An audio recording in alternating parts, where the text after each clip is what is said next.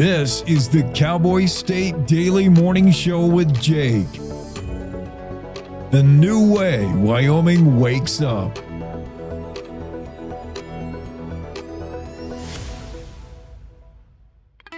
It's time to take a look at what's happening around Wyoming. From the Cowboy State Daily Newsroom, I'm Wendy Kaur. In the early months of 1992, 2 women were found dead in separate incidents along interstates in Wyoming. The murders remained unsolved for years, but in 2007, DNA results from another murder in Tennessee and a rape in Oklahoma City connected all 4 of the crimes to long-haul trucker Clark Perry Baldwin. Cowboy State Daily's Claire McFarland reports that Baldwin's conviction on Friday for murdering a woman in Tennessee clears the way for his return to Wyoming for trial. About 2007-ish, maybe a little later, started improving their DNA tech. And court documents say that they linked the Tennessee murder to the 2 Wyoming corpses. He's been convicted of murder in Tennessee, and he faces at least 1 more murder charge that's already filed in Wyoming, as long as the judge doesn't grant him a new trial. Baldwin will reach Wyoming within about 2 months and will be prosecuted on a first-degree murder charge. The Bureau of Land Management has approved Pacific Soda's proposed $5 billion Dry Creek Trona Mine project south of Green River in Sweetwater County. The approved project allows Pacific Soda to build mining facilities and employ solution mining to extract trona 2,300 feet below the surface for processing into soda ash and baking soda. Cowboy State Daily's David Madison reports that the project could become a more than $5 billion investment. It's a big area. It's about 10,000 acres total south of Green River to the west of Flaming Gorge. It's a big deal for Southwest Wyoming, for sure, with that many jobs and probably professionals who know something about this industry since it already exists there. They talked about a couple thousand construction jobs and 300 high-paying permanent jobs running a couple of decades. If all goes as planned, then it's a major economic boost to the region. Currently, Pacific Soda is working with the Wyoming Department of Environmental Quality to obtain their mining permit, which must be approved before any work can begin. So-called Glock switches, aftermarket devices that can convert Glock pistols from semi-automatic to fully automatic fire, are already banned, but some states want to take it a step further. Bills have gained traction in 2 state legislatures to ban the sales of Glocks or other similar handguns. And Cowboy State Daily's Mark Hines reports that as gun-friendly as Wyoming might be, Glock owners here shouldn't just assume Wyoming won't see similar bills pop up someday. At least 2 states that I know of, Illinois and California, are trying to take it a step further and ban Glocks themselves. I guess under the auspices of if people can't even own Glocks and they can't convert them to full auto. So I talked to a Second Amendment advocate here and he says it's ridiculous. It probably won't gain traction. But again, at the same time, as with all these things, don't assume it can't happen here. In California, a bill has been proposed banning any further sales of Glock handguns in that state, along with any other similar semi-automatic handguns that might accept aftermarket full auto switches. A similar measure is before the Illinois legislature, and there's some concern amongst Second Amendment advocates that other states might take up the push. I'll be back with more news right after this. Do you know it's illegal to dig or excavate without knowing what's below? This is Jan Warren, Executive Director for One Call of Wyoming. We will be hosting workshops around the state to educate homeowners, realtors, landscapers, underground facility owners, and excavators on the state law, industry best practices when it comes to planting a tree, building a fence, or any other excavation project you have planned. Join us for a free breakfast, get your questions answered, and learn how One Call of Wyoming is here to help. Go to onecallofwyoming.com and register today. Hundreds of people reported seeing a huge purple-green fireball streak across several western states Saturday night.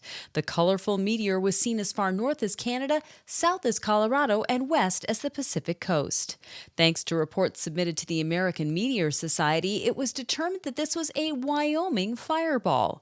Cowboy State Daily's Andrew Rossi reports that this meteor entered Earth's atmosphere somewhere over Yellowstone National Park around 9:20 p.m. Saturday and could be seen over 1,000 miles away before rapidly disintegrating. Based on the number of reports, the angle that the meteor was coming in, and a bunch of other factors, they were able to determine that the meteor entered Earth's atmosphere somewhere over Yellowstone National Park, close to Yellowstone Lake, and then was visible in the sky for a couple of seconds before exploding somewhere over Idaho. Fortunately, there have been no reports of injuries or damage caused by Saturday night's Yellowstone fireball. Nevertheless, experts said a fireball of this size and color colorful brilliance is rare, especially for Wyoming. And that's today's news. Get your free digital subscription to Wyoming's only statewide newspaper by hitting the daily newsletter button on cowboystatedaily.com. I'm Wendy Core for Cowboy State Daily. Hi, I'm Susan Lucci.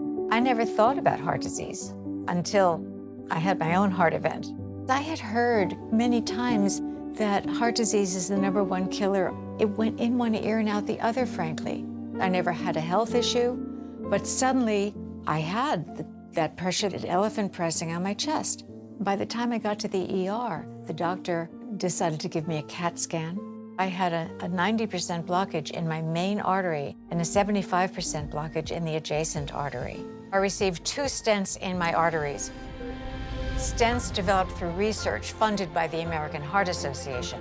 That's why I'm in front of you today. I'm so grateful to the American Heart Association. Their research helped save my life. Put yourself on your to-do list. It could be the most important thing you ever do. Learn more about the American Heart Association's life-saving work at helpheart.org.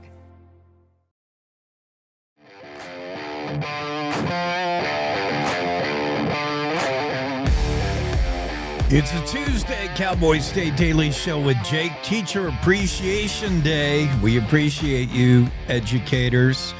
Serial killer trucker to face the music in Wyoming. Saturday fireball over Wyoming skies, a rare celestial treat.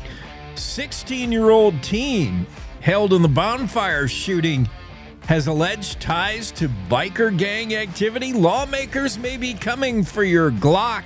Gun owners staffed up and optimistic. Yellowstone National Park says they're ready for huge visitation this season. BLM approves a $5 billion Trona deal. Doge cuts to the popular AmeriCorps program don't go over well. And special guests today, we'll talk about May is Mental Health Awareness Month. We got a lot to do on this Tuesday.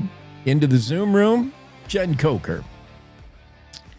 Jen, morning, Jake. What's happening? Not much. All right.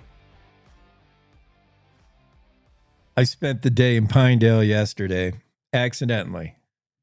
Oh, what were you doing? I went down there to Buc-ee's, my favorite place to go drop off a four-wheeler to get it all tuned up. I haven't run that thing in a while. And when I was there, my truck broke. So now the truck is down there. I got a truck and a four-wheeler down in Pinedale. Yeah, that's the worst. I tried to find a ride back. Thought about hitchhiking. But you know better because you'd go missing. Yeah, it's dangerous. Yeah. What about that trucker dude? And yeah. that's eerily similar to Jesperson, isn't it? Remember him? Keith Jesperson, the guy, I'm spacing his name. The serial killer I just wrote about 2 months ago. He had a name, and I'm totally spacing it. But the happy face killer. Oh, no, I forgot. Was he a trucker? A commercial? Yep, same MO. He picked women up at truck stops. Women. Yeah. Yeah, that community, that industry allows you the mobility, and because the biggest thing that law enforcement gets you on, investigators, is you have some tie with the victim. You have a beef with the victim. They owe you money, or you used to be in a relationship. There was with truckers, there's no tie, and they're gone. They're gone. And the mobility of them and the randomness of their victim choices makes it really tough to catch one. Yeah, there's one in a story, a CJ Box story. Oh, so like real life in a book. Yeah, this guy, oh man, so weird. I hope, good story from Claire. We're talking about accused serial killer trucker. Convicted in Tennessee, headed to Wyoming to face DNA links him with a couple of cases in Wyoming. Good. Yeah, that was a good one by Claire for sure. Because these were missing people. This was a case where one was a Jane Doe, Bitter Creek Betty, like never knew her name until some DNA hit. There goes that ancestry thing. A DNA test linker with like a half sister. And she said, oh, yeah, I haven't heard from her since 1990. And that finally we can put a name with a missing person. But that's a missing person that turns up bad, like the worst scenario. There are some missing persons. Did I send you? I wanted to email you about something, and I wonder if I put it maybe in my notes. I'm flipping through here because sometimes missing persons don't end up bad. They go missing intentionally, and they're fine. And there was a story recently in national news about a woman who had disappeared and she turned up at like age 82, and she's like, oh yeah, I've been fine. I just walked away from her family. Yeah, she walked away from like a sketch marriage. She never liked the guy. She got married at like 15 years old. So you marry at such a young age. You're like, I don't like this. And I think she was 21. Wait a minute, here it is. Wisconsin woman missing for more than 60 years, found alive and well. Audrey Backberg went missing July 1962. She was 20. Just walked away from a marriage she didn't like. And, back 1962, you could do that easier or harder, do you think, than today? Much easier. Much easier to do that. Yeah. Because think about it, just the digital footprint would be 100% different. But, she falls into the 1% of people who actually do walk away on their own and are safe. What I found so interesting, the coverage on that was just grossly unsatisfying. And I had so many questions about how the sister tracked her down and everything. So I wish I could go and talk to her. But anyway, I was shocked at her response that she had no regrets. Yeah. Well, so it makes me think that marriage was really bad. And we still don't have any answers. Married at 15 to Ronald Backerberg. Marriage was troubled. There were allegations of abuse, but nothing confirmed like that. I mean, it was just a marriage. She was too young probably and didn't like it. Maybe he was bad, maybe not, but I think the satisfaction of walking away from that, she said no regrets.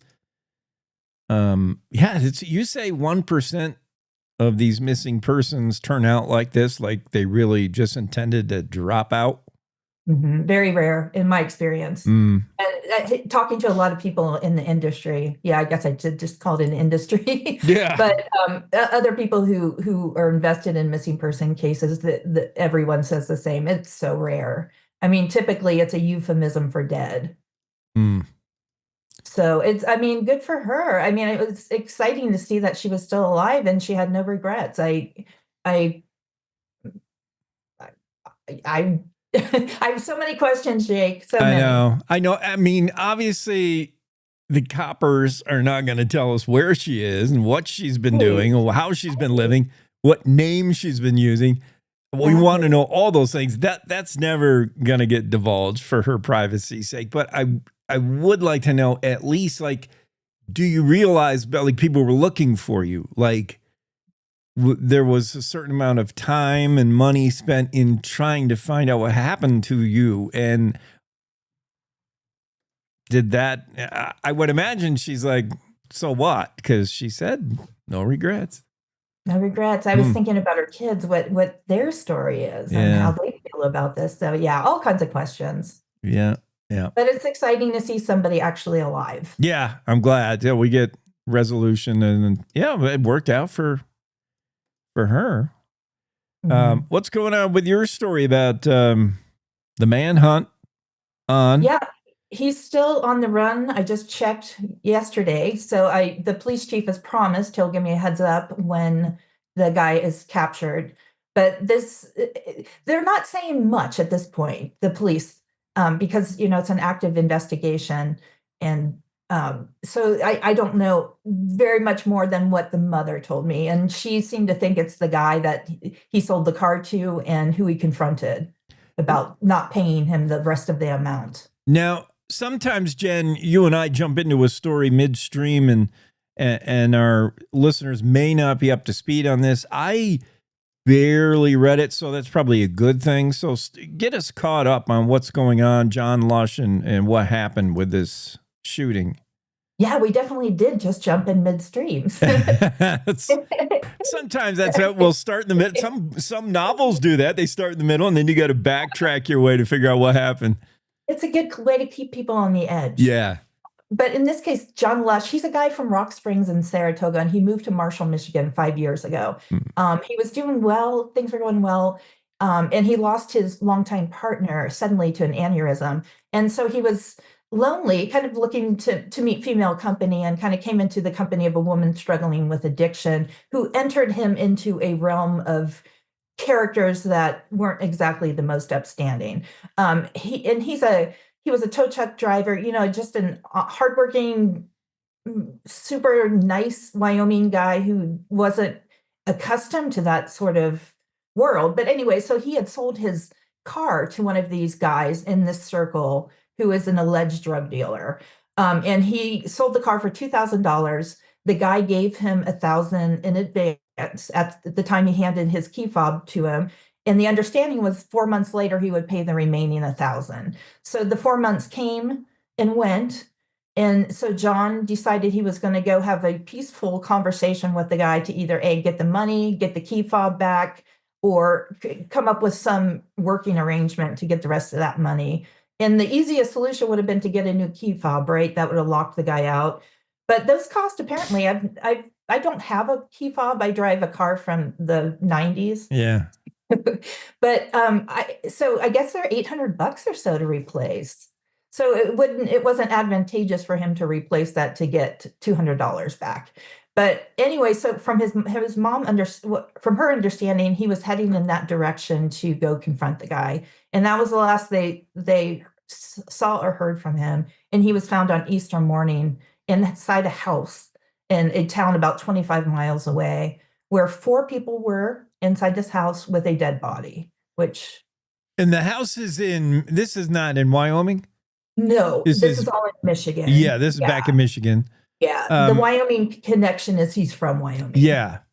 Oh, John Lush, he just seems in this story a few times too trusting. Unfortunately, I think you mentioned that in your story, Jen, that, people born and grow up in Wyoming have some naivety to, big city stuff, and maybe too trusting to first renew this new relationship, maybe to fill a hole in his life. And, women are told all the time, don't get in relationships with the idea that you're going to fix him. Don't take on a problem. And maybe he did, maybe he had a soft spot, but shit, this maybe a problem relationship with some nefarious friends. And then the whole, get the money up front, man. Don't leave any money out, Again, being a nice guy. I mean, from what I understand, he was just a sweetheart, and he had a big heart for these struggling single moms. Yeah, and he wanted to, and he was a single dad himself.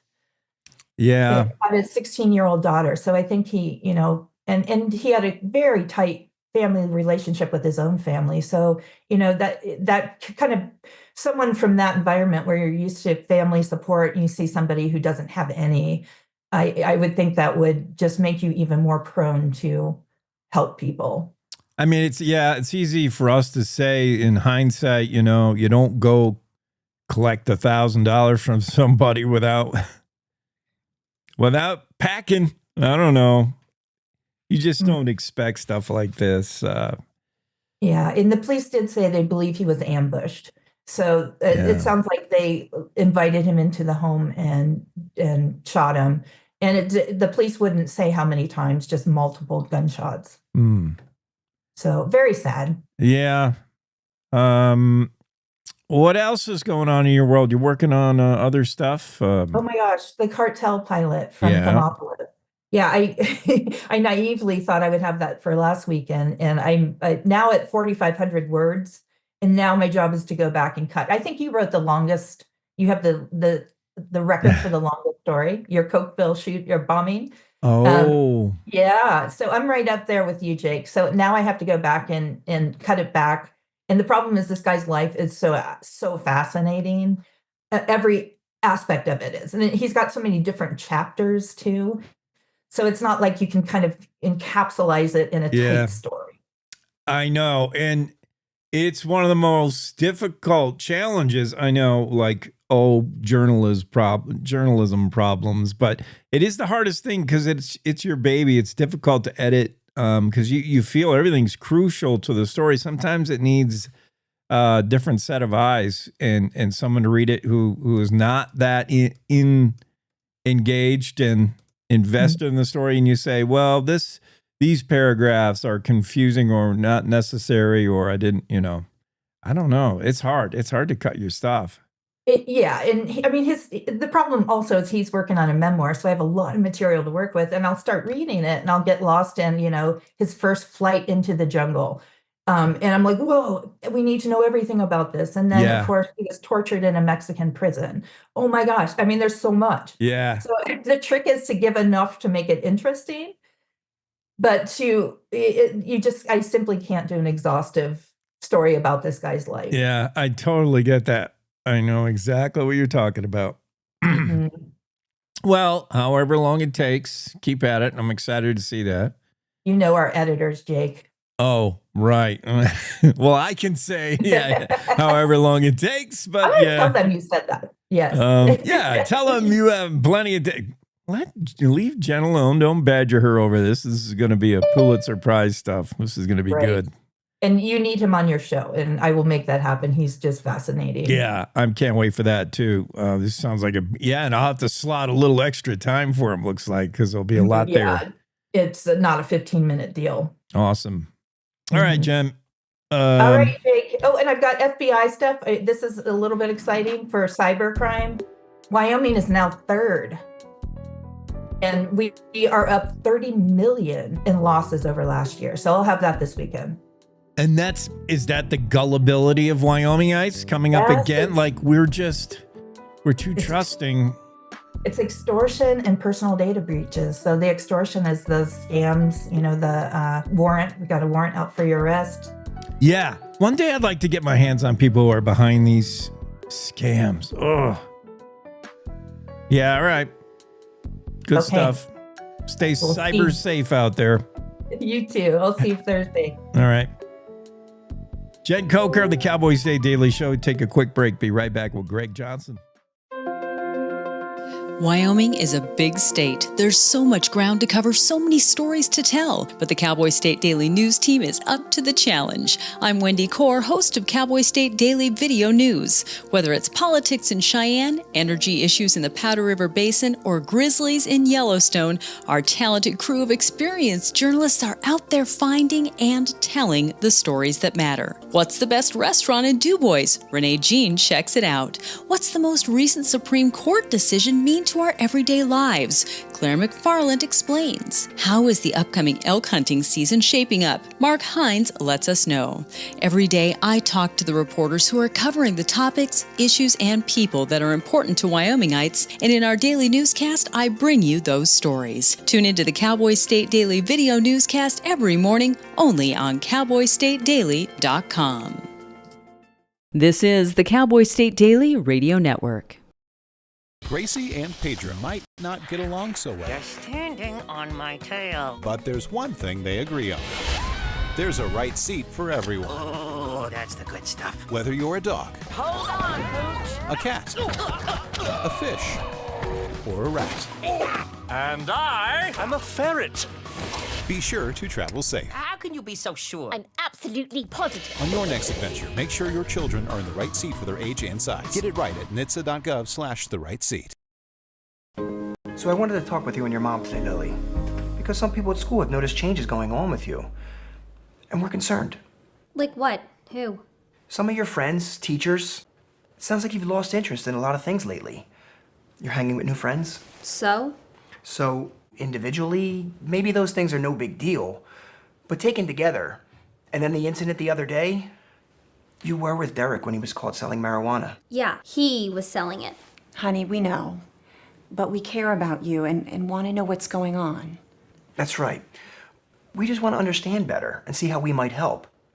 And if weed is a part of it, we just want to make sure you understand the negative consequences for someone your age, the physical and mental health effects, the poor decision making, and the confusing legal aspects these days. So what do you say? Can we talk? For more information about talking with your kids about underage use of alcohol and other drugs, visit underagedrinking.samhsa.gov.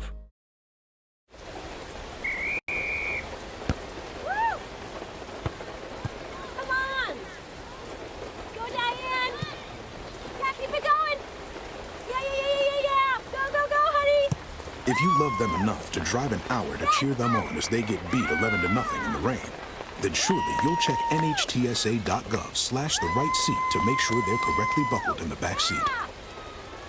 Throw that ball, Diane. Woo! You got this.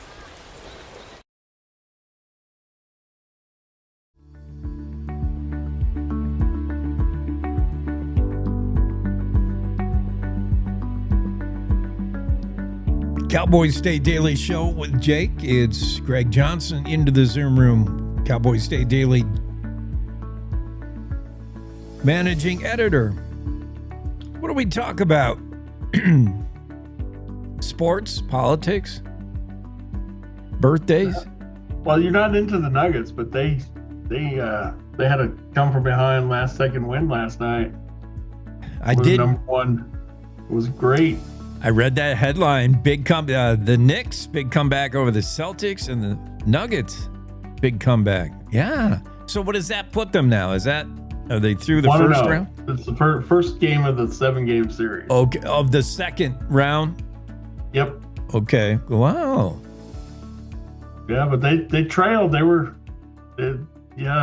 pretty gritty team. Okay. Denver Nuggets.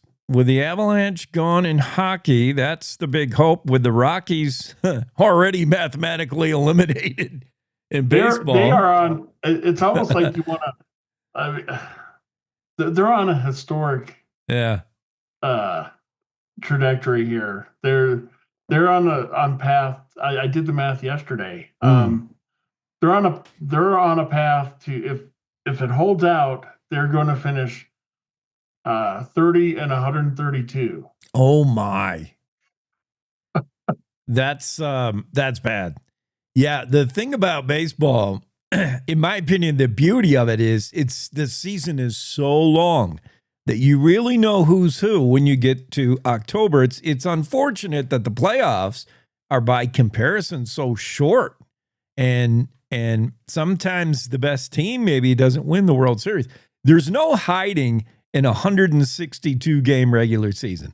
If you have the best record after that, you should be the champion. Never mind the playoff. I mean, this season begins with snow on the ground in Wyoming in early April, and it ends with snow coming again after the summer in October. That's how long this season is. It's a battle, a war of attrition. If you have the best record in baseball after that, kudos. But unfortunately, if you're the Rockies and you know in that long season that early on you're not gonna win it, it's tough to look forward to anything. You're probably at the farm team going like, "Don't call me up. Don't call me." Yeah. I'm like, I gotta swing and miss more down here. The last thing I want to do is, could be. A few rare things in Wyoming over the last 24 or 48 hours. That fireball in the sky Saturday night. I heard people talking about that on the Facebooks. I didn't see it, but we got several video images of the fireball, so it's for real.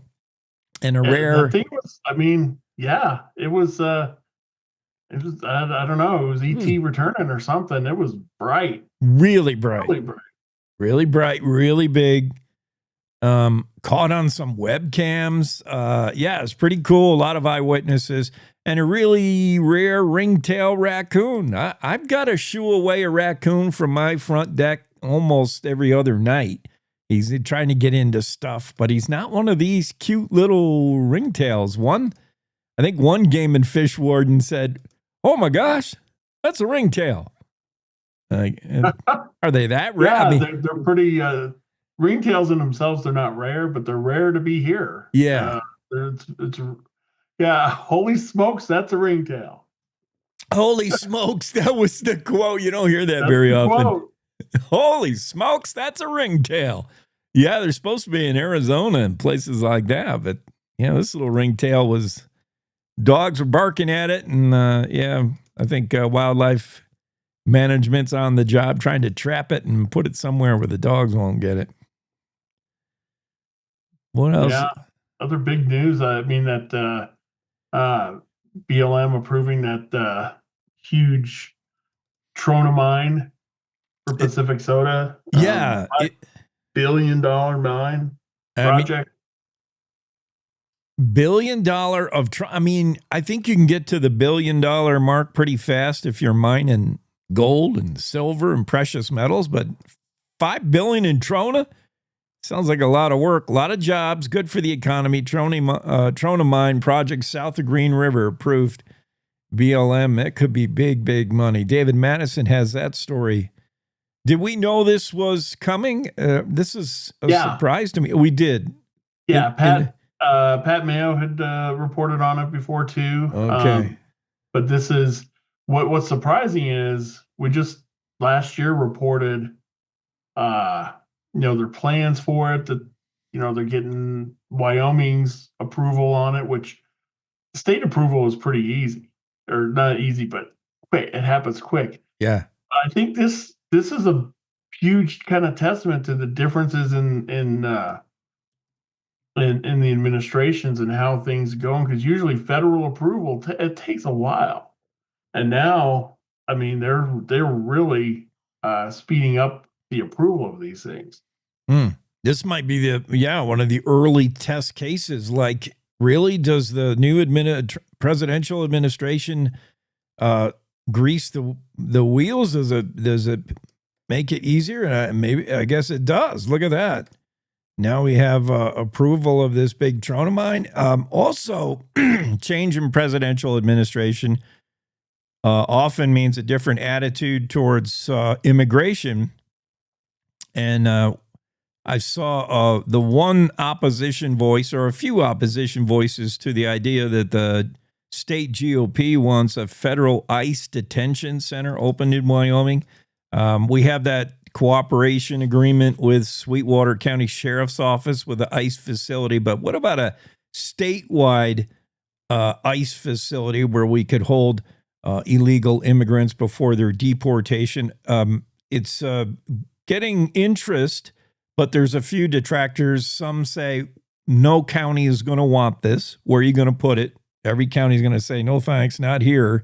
You're going to get NIMBY. And another says, just about the time we get this thing built and financed and finished, there'll be a new administration in Washington, and suddenly there won't be anybody to put in our nice fancy ICE jail. Yeah, well, I mean, it depends. I mean, if there isn't a facility, and I think some of it too is, I think it's some of the states too are kind of taking it on themselves. Just like some individual sheriffs, there's also some states that are less prone to hold them. And I think this is just my experience of covering this stuff for like 30 years in different areas. But a lot of what happens is, especially in the southern states, you have New Mexico, Arizona, and up into Colorado, because they transport illegal immigrants through there. A lot of times they'll like rent a U-Haul, and they'll just pack them in the back of the U-Haul, and they'll just drive them around. But when they get stopped by these local authorities or the state patrol on these highways, a lot of times ICE immigration will tell them, they at that particular time they can't deal with them, and they'll tell them to let them go. They let them go, and what they say is, "We'll catch them down the road. We know they're coming. We'll catch them down the road," and then it never happens. But they don't have a place to put them. So there is that. If you're catching them here and there's another facility, you don't have to say you'll let them go, and so that does happen a lot, though. I imagine, yeah, I could see that scenario. ICE uses more than 190 different facilities for detention across 40 states. The nearest ICE facility to Wyoming is in Aurora, Colorado. Now, of course, suspected illegal immigrants can be held in county jails, but that gets costly. And the Lincoln County Republican Party began this resolution, then voted on by the statewide GOP. The measure passed 42-32. The resolution just voices interest in perhaps building a federal ICE detention center somewhere in Wyoming. It's an interesting idea. Yeah. And especially considering also brought up is the private for-profit jails and prisons and detention centers. Those are so weird. The arrangements with states to hold your overflow, and when it becomes unprofitable for them, they really, it's weird. I think the whole story about private detention centers needs to be done. Like, how do they operate? Claire just had a story not too long ago about a private prison that was holding some Wyoming prisoners. Contract prisons. It's weird. Needs unpacking a little bit, I think. Claire also had a good story and kind of an eye-opening. I didn't see this coming back when it originally happened. We're talking about a 16-year-old being held in a bonfire shooting that was February 1st. This case goes back. Addison Fisher, when I Googled her and stalked her online, she's the 16-year-old accused of shooting two men in Sweetwater County. It was a bonfire gone bad. Somebody said something. She feared for her life, got a gun out of the truck, and bang, bang. And she's...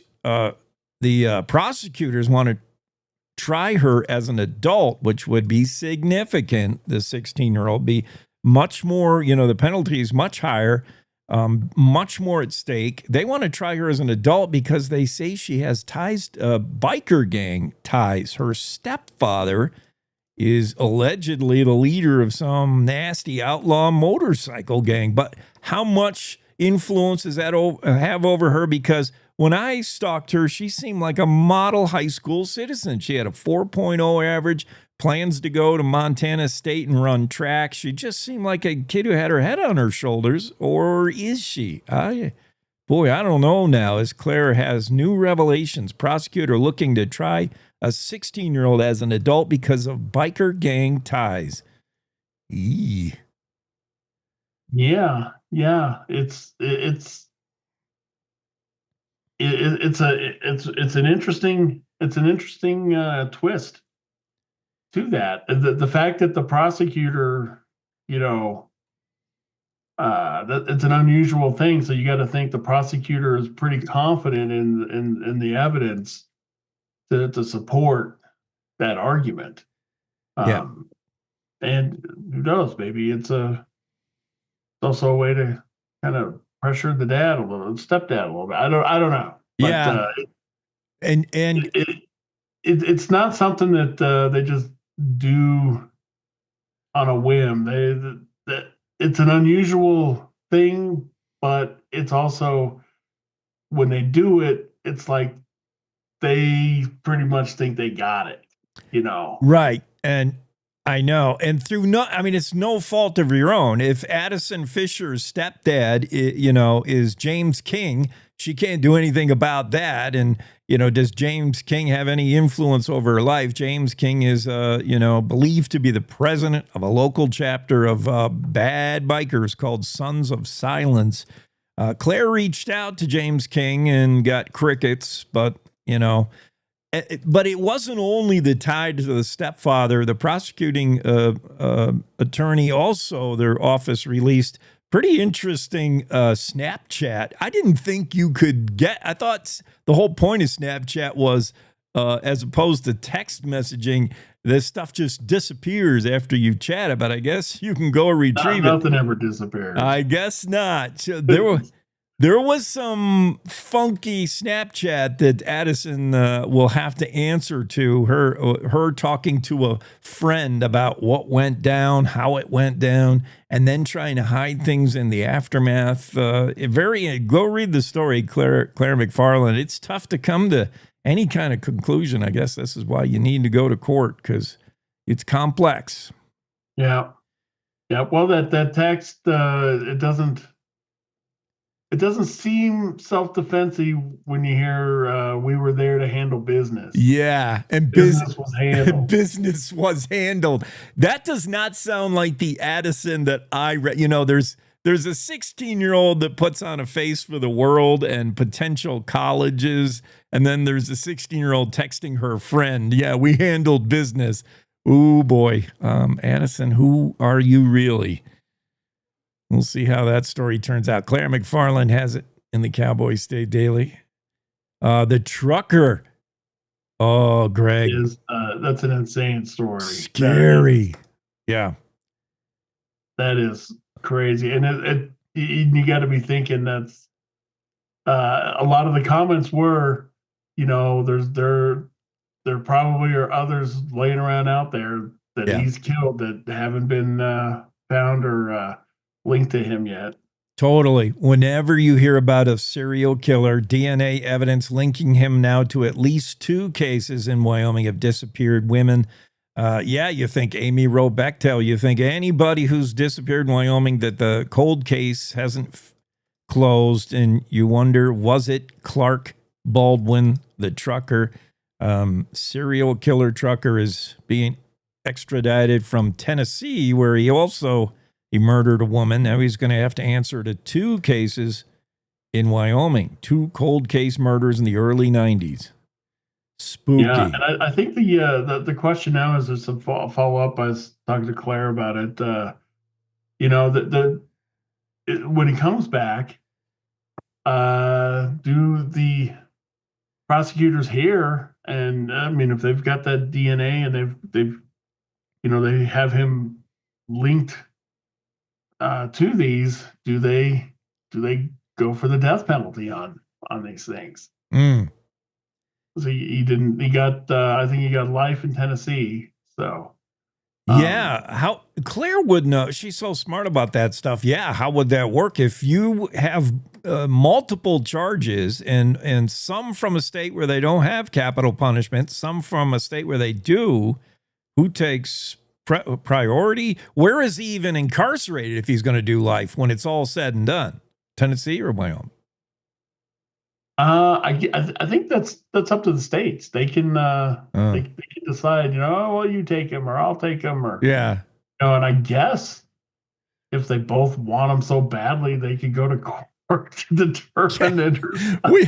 I don't know if you do want him. I mean, you want to be the state that gets justice. Well, if you got him for life, do you want to feed him and house the others to take him because you don't want the expense on your budget? We just talked about prison overcrowding and how you have to farm it out to private contractors. Yeah, maybe you don't want this guy. You take him. You house him for the rest of his life. Yeah, very interesting. We got a couple more things I want to pick up. Can you hang out, Greg? All right. All right. We'll be right back after these.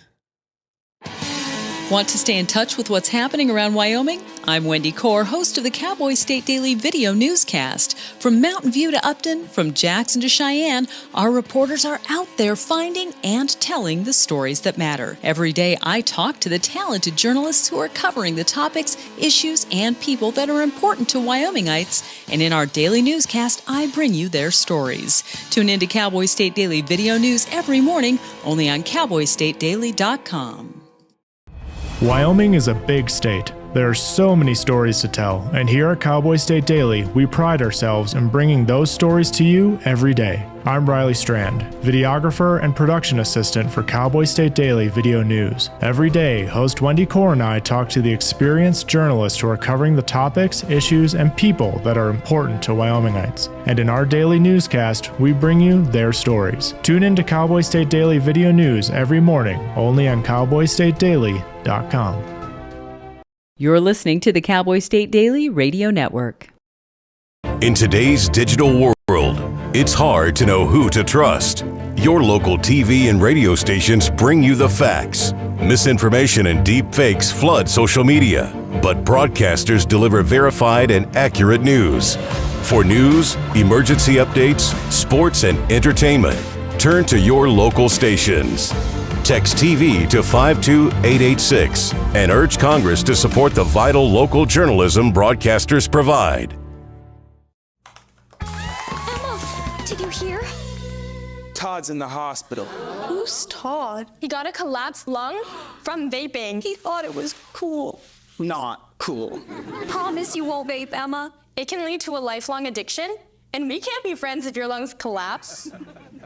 Bogus. Wacky sitcom teens aren't the best people to talk to your kid about vaping. Hey, you got a minute? You are. Start the conversation with your child about vaping today.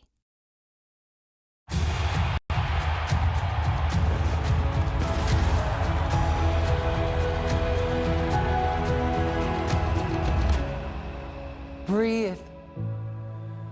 Love what you do and you've already won, my parents used to say. My parents whose smiles were my first finish line, who championed respect, whose resilience built mine. Even more than I wanted a gold medal, I wanted a heart of gold, like the mentors who were my balance beams, refusing to let me down, and the coaches who spoke out to anything out of bounds, heroes who never stood on podiums, but stood up for me. Every shot I made, give the assist to those who since my youth were referees, ready to blow the whistle and end abuse.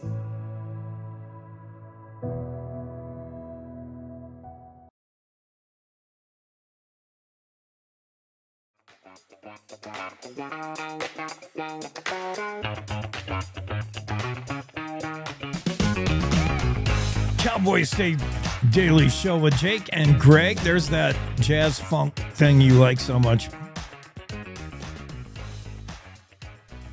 You're muted, which is good because then we get to hear the music. That's right. The groove funk. The groove funk. That's what it is. You should be a music critic. That is dead on. That is groove funk. I was a music major in in college. Is that right? Yep. I didn't know that. Yep. Oh my. Okay, then how would you rank Pinball Wizard? The Who. Great Pinball song? Wizard? Classic? Excellent. I agree. So many people love it so much that when The Who is in concert recently, yet again, The Who is the same band that just tried to fire their drummer, who is Ringo Starr's son. Apparently, Roger Daltrey and whoever, I don't know his name, Ringo Starr's son, the drummer, they've been having issues in concert where Roger will just stop singing and say, I can't sing over the incessant pounding. Boom, boom. Like, he gets cranky old man. He gets all mad at his drummer for beating on his drums, for making noise. Would he have ever done that with Keith Moon? Keith, all the noise coming from that drum set, I can't even think, much less sing. I'd be surprised if that old Roger Daltrey would never do that. But the new Roger Daltrey. Yeah. But I mean, yeah, that's it's that they, Keith Moon often, I think, didn't he often get confused for that other drummer who like lost his arm? I always no, I mean, the first thing I always thought about Keith Moon was, oh, he lost his arm, but then I realized, no, that wasn't him. It was some other dude. that was the Def Leppard dude. Yes. But he's way later than Keith Moon. Keith Moon to me is in the genre and era of John Bonzo for Zeppelin, who both were at the same time and both elevated drumming into a main instrument. Like previously, you just kept the beat. Keith Moon was like the most disorganized drummer you ever saw. He was just whirling arms, and you're like, what is that guy doing? But that was his appeal and the charm, and that's what made the Who. And Bonham was just an animal, but technically sound. And I'm not familiar really with Ringo Starr's son as a drummer, but Ringo Starr wasn't a great drummer. No, very rudimentary. He really wasn't a good drummer at all. No. And I hear people try to defend him, saying, "Oh, you really didn't appreciate him." Like, he was so simplistic. He didn't do it. Yeah, I know. And Ringo. So Daltrey had an issue with him at one concert, and now at another recent at Wolverhampton's 3,400 capacity Civil Hall, he again was displayed his crankiness. 81-year-old Roger Daltrey. Fans were saying, "Pinball Wizard, play pinball," and he's like, "No, I'm fed up with that." Daltrey said, "I've done it too much." And they were insistent. He would play other songs, newer songs, and finally had to tell the fans, "Shut the F up." And they still said, like, "Just do it. We grew up listening to it. We want to do it." And Daltrey just went off on him. He's like, "I am not going to play it. I'm sick of playing it." You know what? I actually have kind of strong feelings about that. I am that gets my dander up. Yeah. Because you know what? That's the gig. You're a professional musician. You have these popular songs. These people pay a lot of money for these tickets, and they want to hear those. Yeah. Now, in my opinion, it doesn't matter whether you're sick of playing them. They're the ones that made you millionaires. They're the ones that made your career, and you should not get tired of playing the songs that people love. Pat Benatar did that for a long time with, like, "I won't sing Love is a Battlefield," or, I can understand, yes, you get sick of it and everything, but people aren't there that's what brought them there. That's what brought them there. That would be like going to a Zeppelin concert and them refusing to play Stairway to Heaven. Yep. It's or a Queen concert and them refusing to play Bohemian Rhapsody or something. Yeah. These are signature numbers that you're known for and refusing to play them. Now, I could see if it was, if this was the Who 1980 whatever, and you've got 5 albums out and you're tired of playing that song that came out on the first album and you leave it off a set list now and then. Okay, you're tired of playing it and you want people to get turned on to your new music. But you're right. In this scenario, especially when you're doing a reunion tour, if you're sick of playing your songs, don't go. Just retire, disappear, Roger Daltrey. You don't. Can you imagine? And nobody has a case to do this refusing thing more than this band, and they never do. Who? But could you imagine if Journey were to say, "We're not going to play Don't Stop Believing anymore"? Right. We're just sick of it. And the thing is, if you're going to refuse to play it, then you need to advertise that. You need to say, "This is our tour. This is our thing. We will not play this song," so that people aren't spending money expecting to see that. A lot of them, they go and then, I mean, they like the music, they enjoy the concert, but that's what they're there for, is to hear that. And so, yeah, to refuse to do it, and then to yell at the fans, right, because of that, that's you should just get out of it at that point. Yeah. I'm with you, Greg. It's like Craig Johnson refusing to sign your Longmire book. Craig, we just confirmed, by the way, on that commercial break we were just on, Craig Johnson will be on the show to talk about the new book. He's doing a big book signing tour starting May 26th, but we're going to get him just before that on the show to talk about his newest. He's going to give me an advance copy of his new book. So excited. Craig Johnson will be on the show, and I'm sure, it'd be like him coming on saying, Jake, glad to be here. Don't want to talk any at all about Longmire.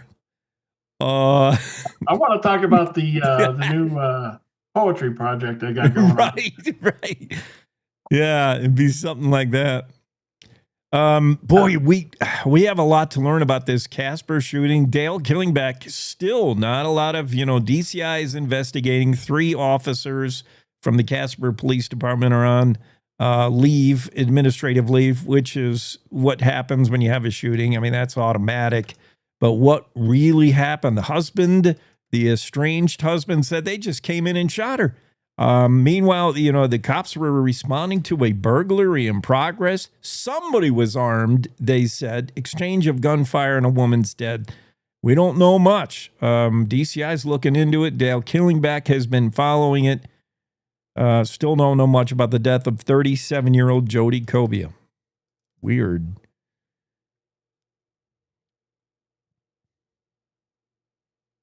You're muted again, Greg. Sorry.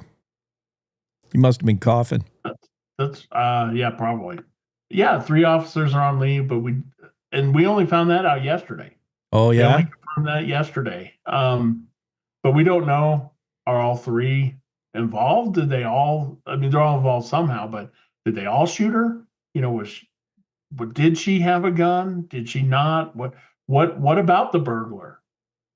Yeah. Was there actually a burglar? Right. So there are a lot of things. I understand that they need to do the investigation, but the longer you release no information, and I'll say it, and this is, the Casper police aren't going to say much because it's not their investigation now. It's DCI. However, Casper doesn't release information on stuff. They just don't. The Casper Police Department is very tight-lipped on everything, and there are still. I mean, there's a shooting that happened like a month ago that they still haven't released anything on. Yeah, people don't know whether there's a danger out there or not. Right. It's frustrating for journalists. Some police departments, some sheriff's offices are more transparent, more open, more upfront. Some are more guarded. It's tough developing a relationship where you can get consistent anything out of the PD. And Casper is one of those. It's difficult, but yeah, now it's out of their hands. I mean, DCI we'll have to wait till the investigation's over. Plans to hit Yellowstone this summer, Greg? No, it's gonna be too crowded, Jake. It seems so. Cam Shawley, superintendent, he's ready. More than 4.7 million visitors last year, and we might top that. Could we hit 5 million this year? They're staffed up and ready, though, in Yellowstone, they say. Grand Teton and Yellowstone looking for a banner season this summer. Yeah, and between them, Grand Teton and Yellowstone last year, almost 8.5 million visitors. Ooh, doggy. And it seemed like they were all in front of me on Highway 20 driving RVs on any given day. That's how it always. They were all stopped to watch a chipmunk on the side of the road. Right. Chipmunk sighting. Yeah. Bear jam. Chipmunk jam. The chipmunk. Yeah, there's a chipmunk.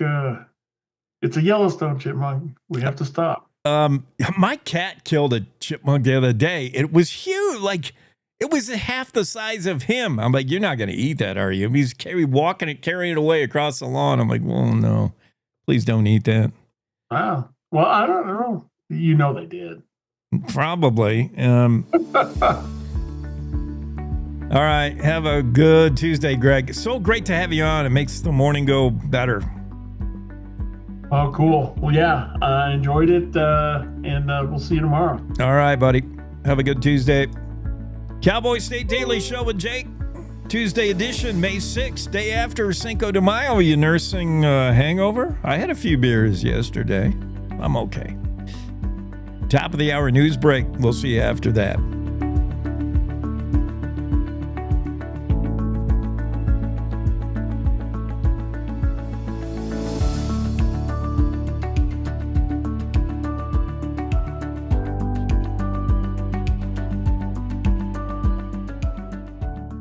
It's time to take a look at what's happening around Wyoming. From the Cowboy State Daily Newsroom, I'm Wendy Core.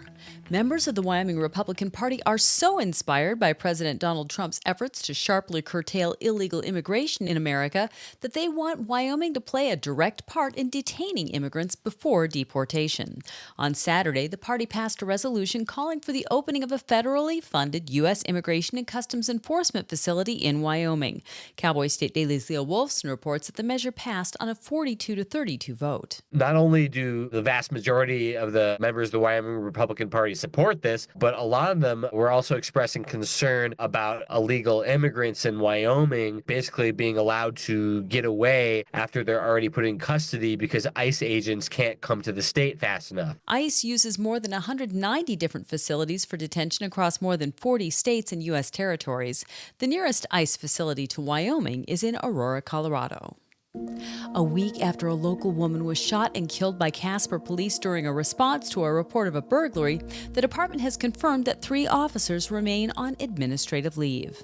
Otherwise, Cowboy State Daily's Dale Killingbeck reports that authorities continue to be tight-lipped on releasing more information about the April 28th incident that resulted in the death of 37-year-old Jody Cobia, including how many times she was shot. They're just saying that an investigation continues into the shooting that involved Casper Police Department officers and a resident of a house on McKinley Street in Casper. That woman that lived at the house was killed. Police said that there was a person with a gun and there was a shooting, and we know that she died. And that's basically all we know, except we learned today that 3 police officers were involved because 3 are now on administrative leave. As is standard policy with officer-involved incidents, the Casper Police Department isn't investigating the shooting. That's being done by the Wyoming Division of Criminal Investigation. The superintendents of Yellowstone and Grand Teton National Parks predicted an outstanding summer despite staff cuts to the federal park system that have worried many outdoor enthusiasts. Cowboy State Daily's Andrew Rossi attended the 2025 National Parks Day lunch in Cody on Monday, where Yellowstone Superintendent Cam Shawley and Grand Teton Superintendent Chip Jenkins voiced optimism and encouraged gateway communities and visitors to enjoy Wyoming's national parks, saying they are in fantastic shape. There have been those reports of federal layoffs and cuts in staffing, but Shawley actually said that Yellowstone has more permanent and seasonal staff going into summer 2025 than it's had in the last 5 years. So they're confident that they've got enough people to do what they need to do. And Jenkins is confident as well. The 2 parks work together since they're right next door, but they share expertise and resources when needed. If the trend of visitor growth to the pair of national parks holds, more than 8 million visitors could enjoy them this summer. Yellowstone had more than 4.7 million visitors last year, while Grand Teton recorded 3.6 million. I'll be back with more news right after this. Did you know it's illegal to dig or excavate without knowing what's below? This is Jan Warren, Executive Director for One Call of Wyoming. We will be hosting workshops around the state to educate homeowners, realtors, landscapers, underground facility owners, and excavators on the state law, industry best practices when it comes to planting a tree, building a fence, or any other excavation project you have planned. Join us for a free breakfast, get your questions answered, and learn how One Call of Wyoming is here to help. Go to onecallofwyoming.com and register today. Distant relatives of raccoons Ringtails are mostly nocturnal, skilled climbers, and many people would say incredibly cute, with huge eyes and pointy cat-like ears. They're also seldom seen in Wyoming and are mostly found in deserts in the southwest United States. However, Cowboy State Daily's Mark Hines spoke to a rural Baggs area resident who had a ringtail visit her early Sunday morning. Her dogs were barking. She didn't know what was going on, so she went and there was a little critter hanging out in the eaves of her house, so she took a photo of it, posted it online. Turned out it was a ringtail. They're commonly called ring-tailed raccoons or ring-tailed cats, which isn't exactly accurate. They are somewhat related to raccoons, not at all related to cats, but they are their own species. So she took this picture, and somehow that picture ended up getting forwarded to the local game warden, who was really excited to see it. She got a report of a ringtail 2 years ago, set up trail cams, and was never able to capture an image of it. So she was thrilled to see solid evidence of a ringtail. The frisky critter slipped away and hadn't been spotted since. The game warden still hopes to live trap the ringtail and get a better look at it before releasing it back into the wild. And that's today's news. Get your free digital subscription to Wyoming's only statewide newspaper by clicking on the daily newsletter button on cowboystatedaily.com. I'm Wendy Core for Cowboy State Daily.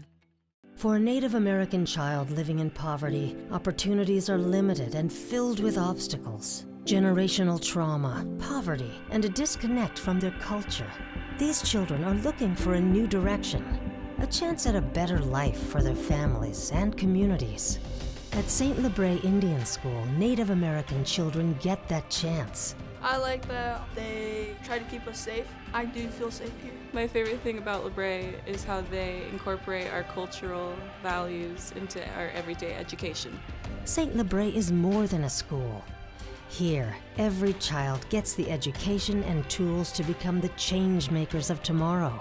Graduating from Lebre will allow me to attend bigger universities and colleges through their scholarship programs. Learn more about how St. Lebre is helping lead our children to a future that is proud, prosperous, and free. Learn more at stlebre.org.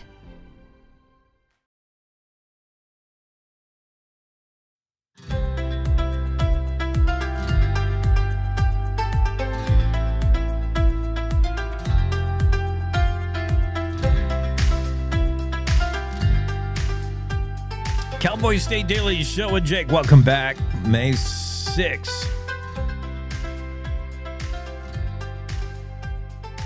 That means not much happened today in history. We're going to do that a little later. But yeah, May 6th could use a few more things happening today of significance. Just throwing that out there in case you wanted to be bold and do something today. You might go down in history because we got a lot of room to slot you in. Not a lot happened in Wyoming on May 6th, ever. Here's what's going to happen weather-wise. Rain in Casper. Cloudy, breezy, 41 the high. That's not very high. Woo! Riverton, 46, rain likely. Evanston, chance of rain, maybe even mixed with snow in the morning. Partly sunny, highs 53 by the afternoon. Wind gusts in Green River, highs 51. Rain and snow. Pinedale, partly sunny, highs 57, wind gusts. Alpine, sunny, 65. How did Alpine look out? Chance of snow in Du Bois early morning, otherwise breezy, becoming sunny, 46 the high. Jackson, mostly sunny, breezy, highs near 60. Thermopolis, rain and snow, cloudy, 47. Cody, chance of snow, rain, particularly in the morning, 46 the high by the afternoon. Buffalo, chance of rain, snow, cloudy, breezy, 42. 42. Partly sunny outside today. Chance of rain in the morning in Sheridan with highs 46. Chance of rain in Gillette in the morning, 46 the high. Newcastle near 60. Big difference in all around the state. Torrington 61, but rain certain today, or near certain, says Don Day. Cheyenne, rain, breezy, highs in the upper 40s. Same for Laramie. Rawlins, chance of rain, maybe mixed with snow, breezy, 46. So for a lot of us across the state, we're struggling in the 40s with a rain-snow mix. For some other of us, is 60 and sunny. So weird. Why that is, Don? We'll ask Don Day. He'll be on here in just a few minutes. A shout out to our new radio stations. We're popping up all over the state. Hello in Cheyenne, howdy in Riverton, Jackson. Great to have you with us on the Cowboy State Daily Show with Jake. I rush to conclusion, as I often do. Back in February, it doesn't take me long to form an opinion. Usually I have the opinion way before I have any of the facts. I rush to opinion. And I thought I had maybe this story figured out, and now a new curveball, new twist. Claire McFarland following it in an unbiased fashion. Thank goodness. It's not me writing this. I got it all wrong back when it went down. Bonfire, February 1st. Take you down there to Sweetwater County, in a popular area where the kids like to hang out, the high school kids, and a bonfire. And this one ended badly with 2 people shot. Men were fighting. It was Addison Fisher, this 16-year-old, is the accused shooter. Addison, 16-year-old teen. At the time, it sounded like a self-defense shooting to me. Her boyfriend was involved in an altercation. Her boyfriend was in a fight with another guy, and fearing for her boyfriend and perhaps her life, Addison ran to the truck, pulled out some kind of weapon. I can't remember if it was a pistol or a shotgun or what, and shot 2 men who were fighting with her boyfriend. Her boyfriend's Cody Hopper, 20-year-old. I have to question why a 20-year-old is dating a 16-year-old, but okay. And Addison Fisher allegedly shot 18-year-old Billy Magic in the hand, and then shot Jason Jorgensen, 26-year-old, in the wrist. So no deaths, but certainly shooting. She's facing some pretty stiff charges. At the time this went down, I'm seeing a 16-year-old who her online presence, if you were to profile her, appears to be a very good student in high school, carrying she says she's got a 4.0. Claire McFarland says it's more like a 3.7 grade point average. She's planning on attending college. I think she's looking at Montana State University. She wants to run track. She's real big on track. She just seemed like a high school kid that had a head on her shoulders and just got caught up in a situation, a bonfire where, you got a kegger going and a fight breaks out. Well, is that the rest of the story? Claire McFarland has a follow-up about the ensuing trial for Addison Fisher. And the prosecuting attorney says he wants the 16-year-old tried as an adult because of, among other things, she has alleged biker gang ties. Her stepfather is purportedly the president of the United States. Now, the president of a bad biker gang. I'm not up on my biker gangs, but apparently the Sons of Silence are bad news. And the prosecuting attorney said the defendant's stepfather is James King. A hush over the crowd. Actually, the prosecutor wrote this. I'm trying to bring the trial to life. Prosecuting attorney says, Your Honor, the defendant's stepfather happens to be James King. Now you got to explain who James King is, because other than Your Honor and maybe a couple other dudes in the courtroom, nobody knows who James King is. The state believes he's the president of the local chapter of Sons of Silence, which is an openly 1% outlaw gang. And again, there might be hushes in the courtroom, but I don't know what a 1% outlaw gang is. Thankfully, Claire McFarland explains that as well in the story. The American Motorcycle Association adopted the term 1% in the 1940s to distinguish motorcycle club populations that are not law-abiding from the supposed 99% that are. So not all bikers are bad. In fact, 99% of the biker gangs out there are good. They may do good things, or they may be neutral. They may be organized not to do crime, but just to be bikers. But the 1%'s out there to do bad stuff. And allegedly, the president of the local chapter of this 1% gang called Sons of Silence is James King. That's the stepfather to this poor 16-year-old Addison Fisher. I still call her poor because I still see her as a victim here, even though she's the alleged shooter. But I had this impression that, she's not responsible. You don't get to pick your parents. You don't get to pick your stepdad. And to what degree does Addison Fisher follow in the teachings and beliefs of her stepdad, who's maybe or maybe not a motorcycle gang guy? Does that have any sway over her life? Any influence? Does she live her life as if she's the daughter of a motorcycle gang? Does she wear a lot of leather? Is this important? The prosecuting attorney believes that it's key that she has ties to motorcycle gang because of the stepfather. I would rather go straight to these text messages, honestly. And the text messages might be a little more telling.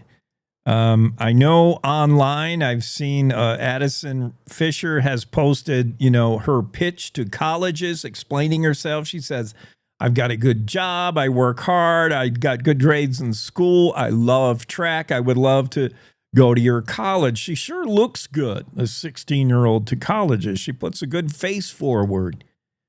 But here's Addison Fisher texting with a friend on that night of the shooting at the kegger at the bonfire. The text exchange from the friend says, some insane arguing going on. You just got shot at. Addison responds, no, I didn't, but people effed around, Fisher responded. Her friend said, I swear there was gunshots, then everyone just dipped. Well, that's a cool term. I got to write that down. I'm a boomer. I don't use terms like that. That's pretty cool. Everybody just dipped. What does that mean? Everybody just like scattered or dropped to the ground or, took off. Hey, 5-0. It's the fuzz. Everybody dip. I didn't know. That's pretty cool. The stuff you can learn reading kids' text. I swear there was gunshots, then everybody just dipped, her friend said. Addison Fisher wrote back, there was gunshots, but I didn't get shot at, LOL. The peer reportedly answered, oh, shiz. And then Fisher said, we were there to handle business. Business was handled. Amen. Oh, suddenly Addison Fisher sounds a little different than the Addison Fisher I had conjured in my mind. And then later, more text from Snapchat obtained by investigators. The prosecuting attorney shared Snapchat chats after the fact when Addison Fisher appeared to be building some kind of alibi as she texted another friend about the incident, and she wanted the friend to verify that, quote, I was with you until 11:30. We went to McDonald's before then, and when we got back to your house, I told you I needed to be with my dogs. I have not been with Hopper since 2 days ago. She was kind of forming a bit of an alibi with her friend and trying to get her to go along. Allegedly. All this is going to come out, but the Claire McFarland story about whether Addison Fisher will be tried as an adult or as a 16-year-old. It's significant difference. Should she be tried as a juvenile? Wyoming Juvenile Court focuses on rehabilitation. Any sentence issued would expire when the defendant turns 21. The adult level court case, conversely, could sentence Fisher to up to 10 years in prison on each of the 2 counts of aggravated assault she now faces. So a big difference whether she's charged as an adult or a minor. Don Day has got to get into the Zoom room. Let's talk to our weather guy as we go from courts and crime to weather. And the weather today is a bit of a crime on mankind. Although not bad where I am. What a mixed bag, Don. Some of us are sluggishly getting out of what happened yesterday, I think.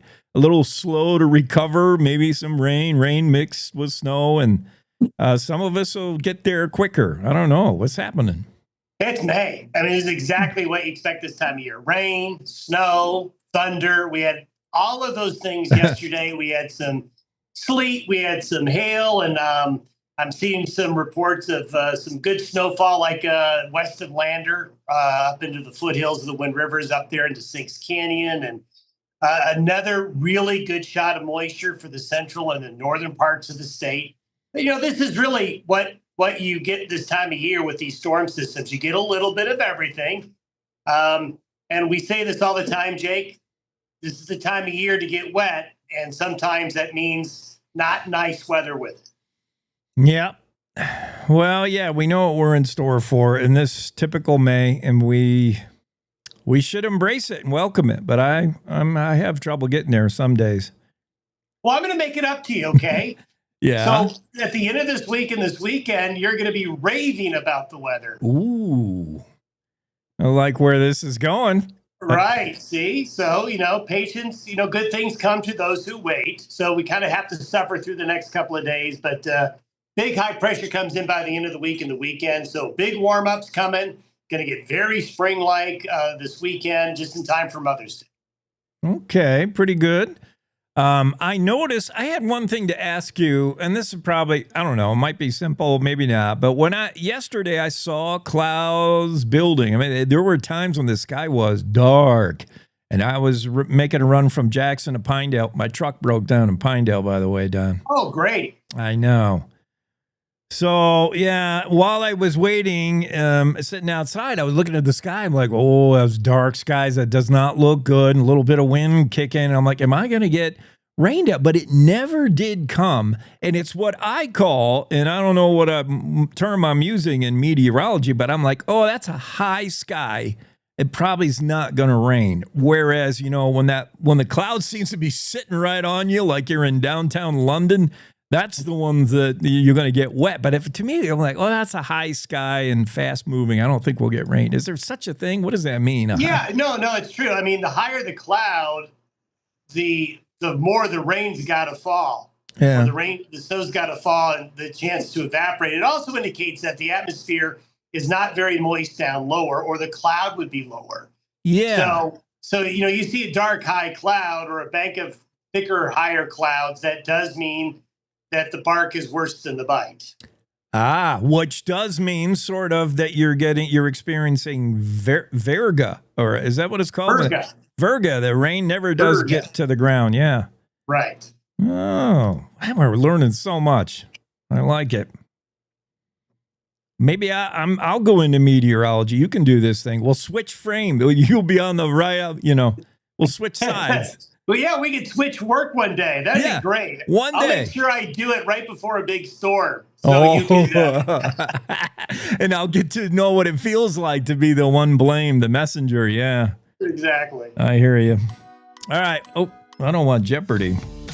There we go. Oh, shoot. I thought we were going to play. Okay. I'll take thunderstorms for 1,000. It wouldn't even be fair. You would have to be disallowed because, yeah, you got all the knowledge. I'll take famous European models for 500. Oh, that could be fun. That could be fun. We'll do it. There'll be some trivia question tomorrow. I study up because I don't know where we're going, but I'm going to try to stump you tomorrow. All right, sounds good. Thanks, Don. Day weather forecast, Cowboy State Daily. And yeah, you heard it. Kind of a little rainy here, a little snowy there, a little sunny here. It's hard to predict, hard to forecast weather in Wyoming in May. As Don has said, the spring is no time to take a day off as a meteorologist. There's some stretches, there's some week or two stretches in, early September where you can just kick your feet up as a weather guy and say, sunny and 75, and nothing happening. But May, boy, you got to constantly be watching the computer models. You got to have your eyes on those European models very closely. Cowboy State Daily Show continues after this quick break. We'll come back and talk about Livy Dunn. She was the real star of the Kentucky Derby. Right after these. To the Teton Range, Cheyenne to Sheridan, Rawlins to Ralston. Cowboy State Daily Morning Show covers the state like no other radio show or podcast. We love Lovell. We're eager to share the stories of Story will crow about Crowheart and yodel over Yoder. Whether you make your home in Sweetwater, Chugwater, Powder River, or Green River, the Cowboy State Daily Morning Show will make you feel right at home. Jeffrey City, Atlantic City, we see you. Little America, Big Piney, you're on our radar. Howdy, Wapiti, Meeteetse, Shoshone, 10 Sleep, good morning. Welcome, Torrington, Riverton, Wheatland, Lusk, Lingle, Lander, Timber, Casey, Kerwin, Moorcroft, Mountain View, Moose, Fort Bridger, Fort Laramie, Fort Washington, Hannah, Hudson, Hewlett, Dayton, Daniel, and DuBois. We are east of Weston, west of Midwest, north of Newcastle, and south of Sundance. Border to border, we love Wyoming and every one of its communities, bar none. This is the Cowboy State Daily Radio Network.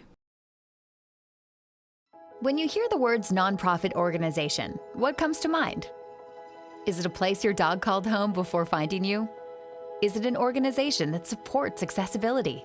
Is it a place that ensures your safety and that of those you love? That protects endangered wildlife and habitats or fights for our most basic needs? It's impossible to show all the ways nonprofit organizations make a difference in our world. One animal, one person, one cause at a time, but it's not impossible to be part of it. When you give what you have to a nonprofit organization that needs what you can give, you help promote, protect, and strengthen the reach of these incredible organizations. The Nonprofit Alliance is here, helping connect people like you to the nonprofits that enrich your life, your community, and the world we share. Reach out to a nonprofit organization that inspires you today to find how you can help make the world a better place. The challenges our planet's animals are facing sometimes feel a bit heavy. The animals haven't eaten in a day, 2 days, they haven't drank anything, they're cold, they're dehydrated. As soon as we started our descent, everywhere I could see was mud, just absolutely mud. The country has been in prolonged drought for so long, it was like a tinderbox waiting to go up. Okay, very heavy. Each of us wants to be part of the solution, and we can be. Remember that there's good happening right now. At home. All right, we were able to get into your unit, and we have all 4 of your cats. So, okay. And around the world. For any animal in any disaster. So let's focus on that, right? Be part of the solution, one rescue at a time. Search ifa.org/disaster ready.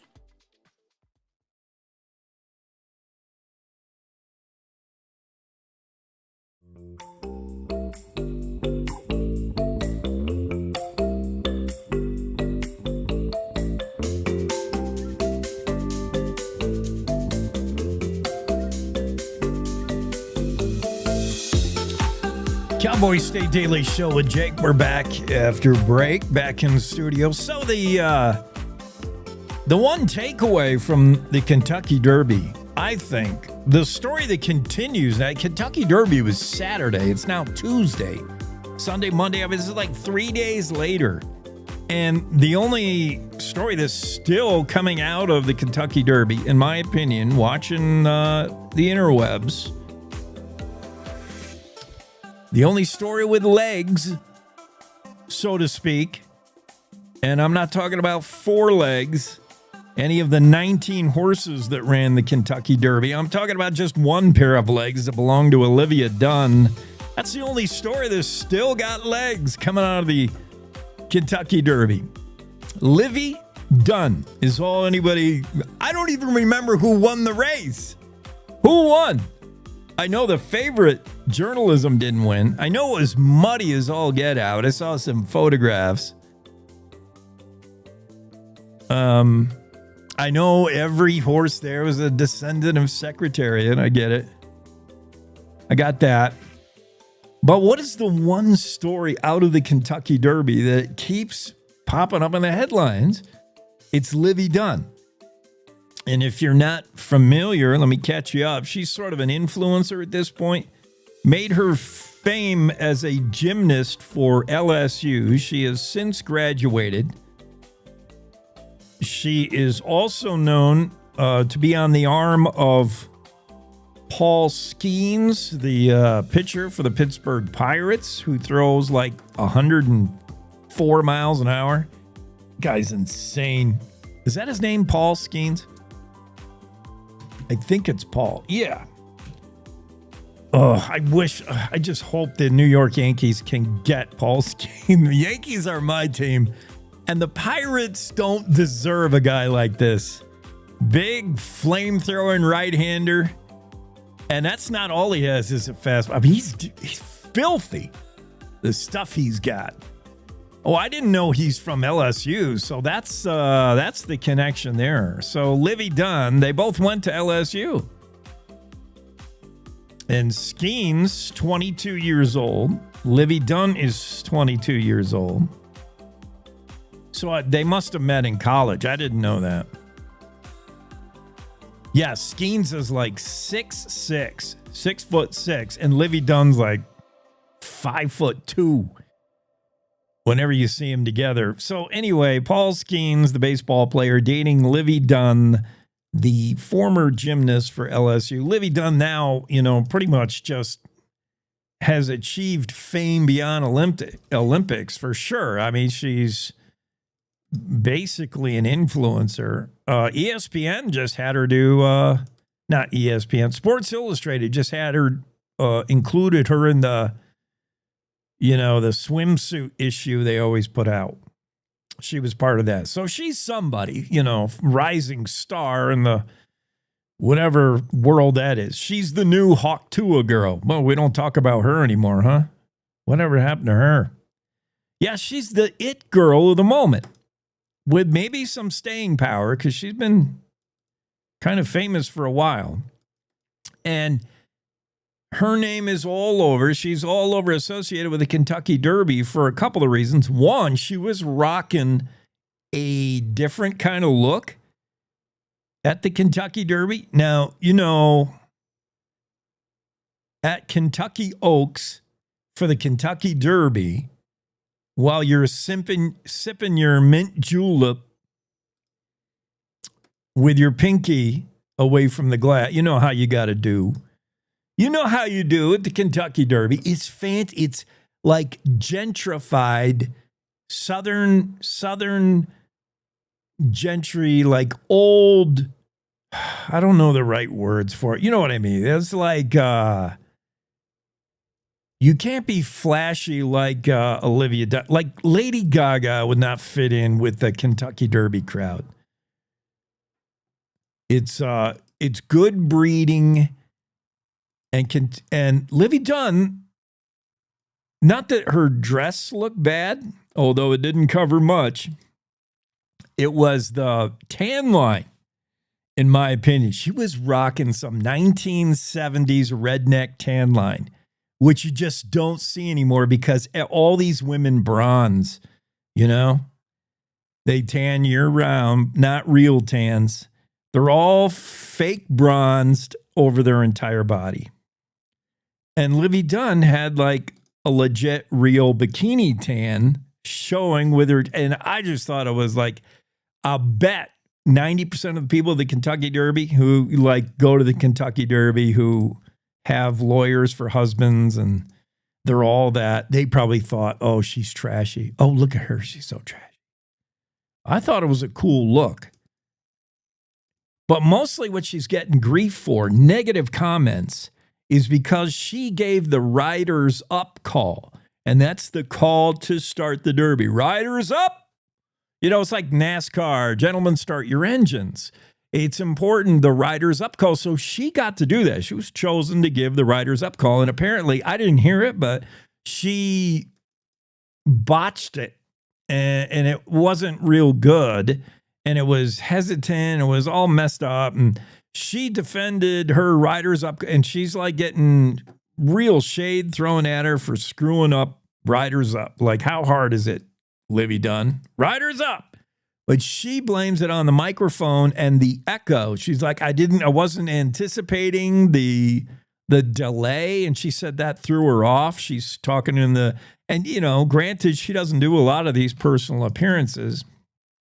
And she gives the riders up and she messes it up somehow and everybody hated it. But I think it's just a case of her. That's a fish out of water. Livy Dunn doesn't live in the Kentucky Derby world. Livy Dunn lives online where she does her best work on the interwebs. And you could tell. I saw her on the red carpet, so to speak, at the Kentucky Derby, and she did not look comfortable. She looked really nervous.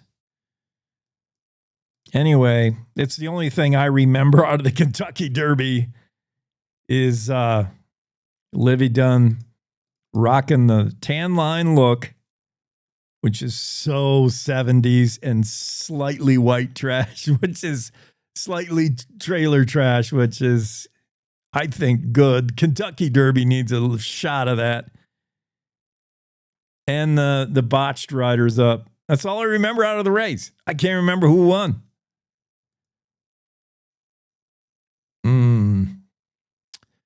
What else? Oh, Jackie Dorothy's going to be on the show here in a little bit. She's going to talk about some interesting stories. A Laramie climber wants another shot at to climb the highest peak in Myanmar. Myanmar used to be, what was the former, used to be called something else. Burma, right? Why? I don't know why they changed the name. Myanmar, formerly known as Burma, they got a real high peak there. And there's a Laramie guy who's tried it like 5 times and has not been successful in climbing. He's going back for number 6. He is going to get there. 66-year-old elite climber said he'll try a 6th time to summit the highest peak in Myanmar. It's Laramie's Mark Jenkins. We'll talk to Jackie about him. And also, speaking of horse racing, we'll talk to Jackie about Wyoming's homegrown horse racing. There's a resurgence in the industry. Nationwide, there's a real downer. Like, horse racing is disappearing fast. In California, it's going down. Like, horse racing no longer popular. And the trend is trending down nationwide, except there may be a resurgence in Wyoming. Horse racing kind of disappeared in the 90s in Wyoming. It's kind of on tough times now nationwide, but there's perhaps a resurgence of horse racing in Wyoming, both quarter horse and thoroughbred. And Jackie Dorothy has that story, and she'll be on in a little bit and talk about that. Interesting. We'll go from horses to chickens, particularly roosters. With the popularity of so many people keeping chickens, especially in urban settings in Wyoming, there's, of course, you'll encounter the chicken coop on the odd farm here and there. But a lot of people are getting into backyard chicken keeping and enjoying, their own eggs.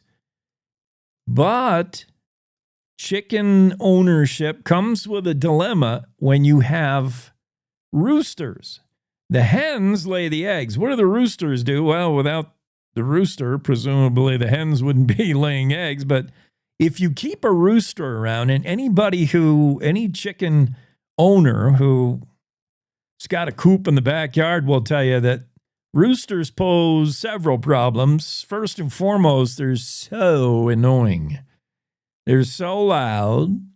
They get up early and they cockle-doodle-doo, right? The rooster crow, first thing in the morning. And sometimes their idea of morning is not my idea of morning. I lived across the way one time from a farm that had roosters.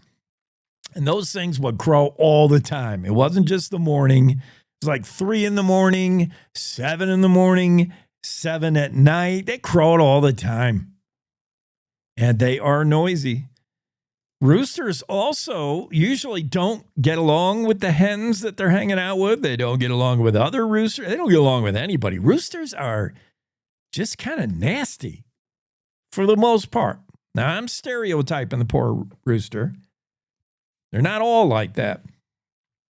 But in this story from Anna Louise Jackson in the Cowboy State Daily, she asked people who keep chickens and have roosters, what do you do with roosters when they are a problem? Do you keep them? What do you?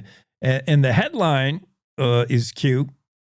Anna Louise writes, "Roast or let it roost? What should backyard chicken owners do with roosters?" Wyoming communities long debating whether to allow people in populated areas to keep backyard chickens. More and more we see town councils approving these. Rock Springs, the city council in Rock Springs just recently passed an ordinance allowing chickens in backyards. But what do you do when you're inevitably faced with the great debate of what to do with roosters? Well, depends on how good they taste, right? That roast or let them roost.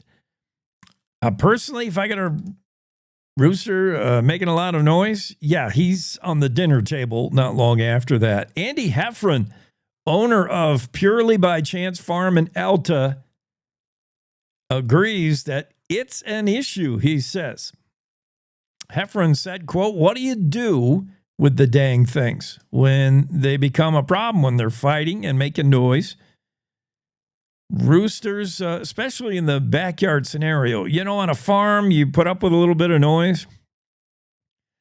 But, you know, the backyard coop might not be a good place for your noisy rooster. Headed into summer and fall, it becomes more and more common to see free roosters posted on Craigslist or Facebook Marketplace trying to rehome that problem rooster. It's either that or, chopping block and dinner table for Mr. Rooster. We're going to take a quick break. We'll get back in the Zoom room with Jackie Dorothy and talk about her stories right after this. You're enjoying the Cowboy State Daily Show with Jake. Back in 3. Wyoming is the Cowboy State. From corner to corner, there are so many stories to be told, and more cowboys and cowgirls are turning to the Cowboy State Daily News team to keep them in touch with what's happening both locally and in other parts of Wyoming. I'm Riley Strand, videographer and production assistant for Cowboy State Daily Video News. We're proud to bring the most important stories to our viewers every day. The stories that start conversations, the stories that make us laugh, the stories that make us think. Our experienced journalists at Cowboy State Daily are crisscrossing the state every day, talking to those who know the news best. Every day, host Wendy Core and I talk to the reporters who are covering the topics, issues, and people that are important to Wyomingites. And in our daily newscast, we bring you those stories. Tune into the Cowboy State Daily Video Newscast every morning, only on CowboyStateDaily.com. You're listening to the Cowboy State Daily Radio Network. Sometimes fatherhood I'm the first Viking who wouldn't kill a dragon. Can feel like an epic battle. But you will. But you can change your kid's world just by being there. And with a little help, you won't believe how high they can soar. All right, bud, you ready? I'm proud to call you my son. Come on! Never stop being a dad. To learn more, visit fathersincorporated.com. Logan Wilson here at the M Building in Casper, Wyoming. They do more than just support businesses and private events. They support nonprofits by offering reduced rates to help the community thrive. The staff here at the M Building have been incredible in helping me organize a fantastic event. They are great partners for those who want to make a positive impact on the community. Come check out the M for your next event.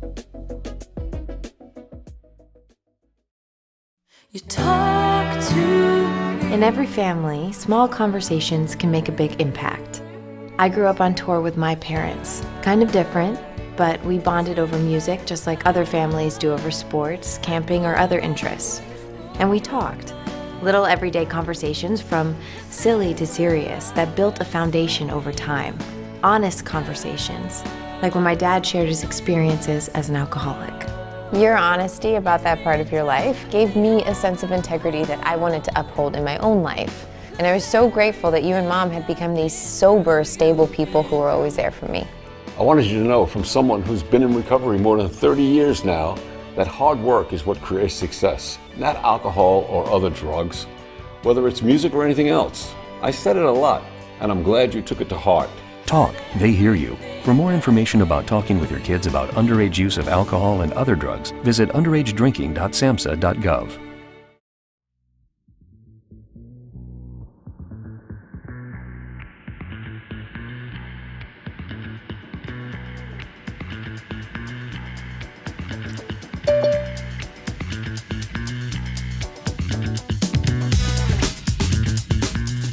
Cowboy State Daily Show with Jake getting right back at it. Jackie Dorothy into the Zoom room on a happy Tuesday to you, Jackie. How did your Cinco de Mayo go? It went wet, that's for sure. Yeah, I didn't get rained on, but the skies certainly tried. It wasn't for the lack of effort, but I never did get, well, a little bit, I guess, on my way back from Pinedale, but pretty wet up in Thermop, huh? Well, it wouldn't have been so shocking, except on Sunday it was 80 above. No. And we were dying because it's like we're not climatized to this heat wave. Yeah. And then the next day it's in the 50s and soaking wet, and we're running and covering everything, protecting the plants we bought. That's so May. So Wyoming, so May. Wyoming. Yeah. Yes. That's a Don Day's fault, day weather forecast. But yeah, it's typical Wyoming. And isn't that funny? The first days of cold in the fall feel so cold. You're ready to put on everything you own. You know, it's like 45 and you're like, yeah. And meanwhile, later in the winter, you know, it'll be 2 degrees and it won't feel nearly that cold. The first hot day, 80 in May, you're like, oh, turn off the heat. I know, it was too much. We were like, we want to be outside, but oh my gosh, it's hot. Yeah. And I know later 80 is going to be like, oh, this is kind of chilly today. Well, look what you did. Careful what you ask for. Yeah, Monday. Yeah, we brought the rain because we were too hot with an 80-degree day. Go figure. Well, I was talking a little bit about the Kentucky Derby not long ago. I can't remember who won, but all I can remember from it is Livy Dunn. Maybe that's because I'm a guy, but Livy Dunn was there. She gave the riders up call, and she's getting all kinds of grief for messing it up. But it got me thinking of horse racing, and horse racing in my mind, you know, it's a shrinking sport. Like, it's going away. A lot of people didn't even know it was the Kentucky Derby weekend. You didn't hear a lot about it. I think nationwide numbers are probably trending down in California. People just moving away from horse racing. But I think of Wyoming, Cowboy State, filling the gap. Maybe is seeing a resurgence. Is it not? Resurgence. It's coming back. Yeah. I was really fun because I got to spend some time talking with Jack Greer. He is 5th generation, and that just fascinates me. 5th generation horse racing family. I mean, they've been doing this for a long time. He definitely says it's in his blood, but he was explaining how it has evolved, how we almost lost it in the late 90s, early 2000s. All the racetracks were closing down. And then That's why we have parimutuel gambling. So when you go to the Horse Palace or any of those areas that have those slot machines, those aren't the Vegas style slot machines. You'll find those in Vegas or even on the Wind River Casino or the Shoshone Rose. But these machines are based on the actual races. When they said historical races, it could have been a race that was raced the day before. And in order to have it, they have to have 16 live horse races per operator in the state. So we got Evanston, Gillette, Casper, all across, Cheyenne. I don't know if they did get Casper in. They were trying to. Did they ever get that? I don't know, but that Cheyenne track that proposes to be the first mile track for thoroughbreds, is that done and going yet? I don't know. I was concentrating on Gillette because it fascinated me that here is a racetrack in Gillette, and his races start this month in May. And I'm excited. I want to go and see it. And he said to come on down, and they'll run for 6 weeks. So you have 6 weeks, 3 days a week to get down and see a real live horse race. Oh, it's nothing like seeing it live and hearing the pounding of hoofs. Jack Greer seems like a real cool dude. I love that. And he's been in the horse race game, like you said, forever. Yeah, now he's raising the next generation, bringing them out on the racetrack. I love the story where he said, "Yeah, I was the baby in the pram being pushed by my parents. They were just literally raised on the racetrack." Yeah, and so the one big reason why horse racing has made a comeback in Wyoming is this parimutuel betting you talk about. For people, it's sometimes called the Voke. Wait, I don't know a ton about it, but I know it's what makes gambling legal. So if you see like the odds of the Kentucky Derby, this horse goes off at odds 3-1, you have assurance of what the horse will pay when it wins. That's known before and ahead of time. Parimutuel is pooling of money, and you don't know until all the money's in and all the bets are certain horses are in. So it makes for basically legal betting, legal enough for legal wagering. Wyoming legalized parimutuel betting back a while ago. So yeah, parimutuel. 2015 or 2017. Yeah. I think it was 2017 that it was first made legal. And I didn't quite understand it because my background is kind of Vegas style. And that's where I worked at. And so this parimutuel wagering, as they like to call it, because there's a difference somehow, I was totally in the dark about. And so I really appreciated having that time with Jack just to talk about what the differences is, and the fact that the whole reason it was introduced was to save our horse races. So now we have horses that are coming from New Mexico, Texas, California, all converging on Wyoming to race their horses. Talk about a boon, talk about exciting. So you know you're going to have great horses. Plus there's a program that I didn't know about. And I don't know if you knew about this, Jake, but it's called the Wyoming Bred Program. They actually encourage these racers in Wyoming to breed the horses here in our state, and they're entered into competitions, and they're part of this exclusive group that is headed by the Wyoming Gaming Commission. Oh, interesting. So you could theoretically, if they don't already have it, you could have, if you go to whatever racetrack, Wyoming Downs, or what's the Gillette track?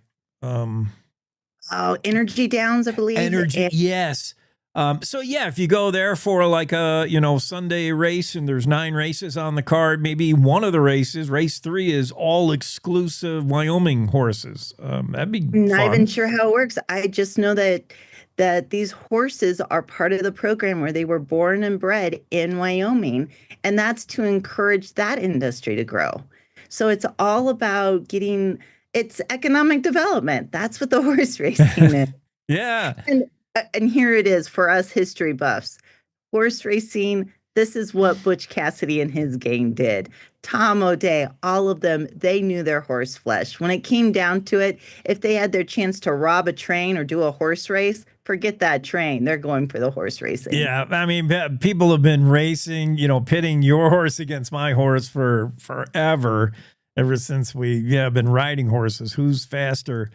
Yeah, this it's interesting story. You'll learn a little bit more about why horse racing is resurging in Wyoming, where nationwide in other states not the case, but it's on the up here in the Cowboy State. Parimutuel betting, pool betting, and you'll know what a tote is. The short for total. I had no idea either. Yeah. I'm like, that was one of those funny little quirks is that I threw it in the story. Is like they founded United Tote, and our editor Justin is like, "What is this?" Like, what's a tote? So I had to look it up and figure all that out. An interesting aside is that Jack Greer's family were also involved with the rodeo. So it was all things horses for him growing up. This is a cool guy. I want to get Jack Greer on this show. He seems like We a cool will get him dude. for you. He is fun. He's just a gentleman. He's fun to talk to, and he explains it in such good terms. And you can hear the passion for the horses, the riders, the sport. And when he summed it up at the end of our call, talking about the adrenaline, I could just hear it, like you said. Wow. And yes, while I wrote the story, I listened to that symphony that they usually play at the beginning of the races. Yeah. I think he'd be an important guy to have on. I like it. I'm BFFs already. I'm All right. I'm Mark Greer's best friend. He didn't know he had. Yeah. How about it? Let's go to another Mark. Or Jack Greer, sorry. Let's go to Mark. I'm thinking of Mark Jenkins, the climber, who he wants a 6th shot at the highest summit, the highest peak in Myanmar. He's been unsuccessful 5 times. 66-year-old. Why? First, tell us how he's not made it 5 times. I gotta tell you, this is another time where the editor stepped in and said, Jackie, you're being too harsh. Because my original title was that he failed, 5 failures. But that was the whole gist of his speech. I got to listen to him talk and afterwards interview him because we were at the Leadership Wyoming alumni meeting and he was there as one of the key speaker, the breakout, but he was talking about leadership. And he was talking about the failures we face as leaders. And he used this extreme example of trying to reach this peak 5 separate times, beginning in the 1990s. Yeah, failed in 98, failed in 2004, 2005, 2014. He has not made it to the peak of Myanmar. Now, what were all different circumstances? Like what happened? Weather? The first time, it was so funny. I would recommend people also to Google his story so you could get the full story about it. Yeah. Because first time that he was trying to go to the peak, it was illegal. And he was in his 20s with a bunch of friends, Wyoming friends, these Wyoming kids sneaking into this country, trying to get to the peak. 2 of them are like, okay, we're done. Halfway there. They finally reached the base. They were hungry. They needed food. The Chinese government, the military, picked him up. He admits he's got PSD from this because they jailed him. They had him at gunpoint. They didn't know what was going on. And then they were released. He says, we were just kind of like tossed out of the car when they decided it was time for us to go. Oops, That was his first attempt. Little out of your element as a young Wyoming kid trying to go to Myanmar and climbs. It was probably Burma back then, right? It was Burma. That's why he keeps calling it Burma, because that's what it is always to him. Okay, so then he came back for other attempts, trying to do it smarter and better, and it worked smarter, not harder, but it still didn't work. 5 fails at summiting. And then the last time he said it was so emotional because the first 2 guys that he was trying to climb with, and this is the sad part of the story, is that both of them had died adventuring. One died only 2 years later in 1995. He was in the Arctic Ocean and a whale overturned his boat. And he died of hypothermia. And I know. And so he said that he never got over that death. And then he was in Cody belaying his friend. They were ice climbing. And it turned out later it was an earthquake in Yellowstone set off an ice shelf. And he was 15 feet away holding a rope and his friend was swept away. And so he lost both his climbing partners in this tragic accidents over a course of decades. And so as he's climbing in 2014, he's got a picture of them and he wanted to leave it on the peak. And he left it ultimately because they failed on that one too, but he saw the peak and almost made it. So he left it at the base. And the only reason he hasn't been back is because Burma or Myanmar, or however you pronounce that now, is in political turmoil. But he was doing it for the memory of his friends. And he talks about that as well. And it really impacts you when you think about why people climb, why they do these things. And that was the reason he was climbing that last time. Boy, so motivation to finally summit after 5 failed tries, or are these signs that Mark, maybe it's not meant to be? I don't know, but the 66-year-old Laramie climbers. Before we have to leave, I will say that what's really interesting and fascinating about his story is he said he never really saw a pattern until he stepped back and looked at it. Almost every time when he's going to one of these peaks, he fails. First time he went to Mount Everest, he failed. Denali, he failed the first time.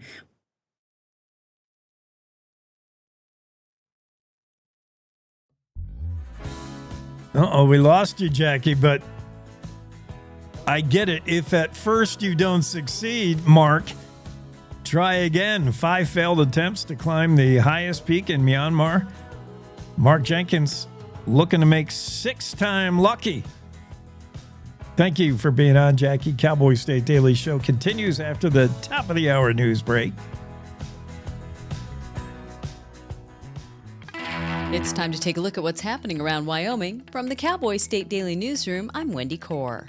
In the early months of 1992, 2 women were found dead in separate incidents along interstates in Wyoming. The murders remained unsolved for years, but in 2007, DNA results from another murder in Tennessee and a rape in Oklahoma City connected all 4 of the crimes to long-haul trucker Clark Perry Baldwin. Cowboy State Daily's Claire McFarland reports that Baldwin's conviction on Friday for murdering a woman in Tennessee clears the way for his return to Wyoming for trial. About 2007-ish, maybe a little later, started improving their DNA tech. And court documents say that they linked the Tennessee murder to the 2 Wyoming corpses. He's been convicted of murder in Tennessee, and he faces at least 1 more murder charge that's already filed in Wyoming, as long as the judge doesn't grant him a new trial. Baldwin will reach Wyoming within about 2 months and will be prosecuted on a first-degree murder charge. The Bureau of Land Management has approved Pacific Soda's proposed $5 billion Dry Creek Trona Mine project south of Green River in Sweetwater County. The approved project allows Pacific Soda to build mining facilities and employ solution mining to extract trona 2,300 feet below the surface for processing into soda ash and baking soda.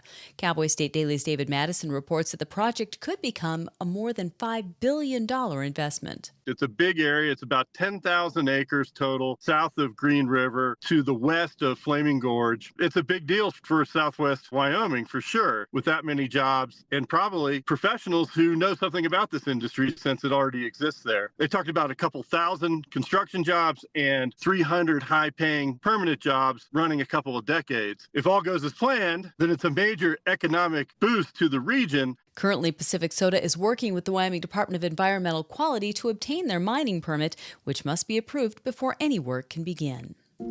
So-called Glock switches, aftermarket devices that can convert Glock pistols from semi-automatic to fully automatic fire, are already banned, but some states want to take it a step further. Bills have gained traction in 2 state legislatures to ban the sales of Glocks or other similar handguns. And Cowboy State Daily's Mark Hines reports that as gun-friendly as Wyoming might be, Glock owners here shouldn't just assume Wyoming won't see similar bills pop up someday. At least 2 states that I know of, Illinois and California, are trying to take it a step further and ban Glocks themselves. I guess under the auspices of if people can't even own Glocks and they can't convert them to full auto. So I talked to a Second Amendment advocate here and he says it's ridiculous. It probably won't gain traction. But again, at the same time, as with all these things, don't assume it can't happen here. In California, a bill has been proposed banning any further sales of Glock handguns in that state, along with any other similar semi-automatic handguns that might accept aftermarket full auto switches. A similar measure measure is before the Illinois legislature, and there's some concern among Second Amendment advocates that other states might take up the push. I'll be back with more news right after this. Do you know it's illegal to dig or excavate without knowing what's below? This is Jan Warren, Executive Director for One Call of Wyoming. We will be hosting workshops around the state to educate homeowners, realtors, landscapers, underground facility owners, and excavators on the state law, industry best practices when it comes to planting a tree, building a fence, or any other excavation project you have planned. Join us for a free breakfast, get your questions answered, and learn how One Call of Wyoming is here to help. Go to onecallofwyoming.com and register today. Hundreds of people reported seeing a huge purple-green fireball streak across several western states Saturday night.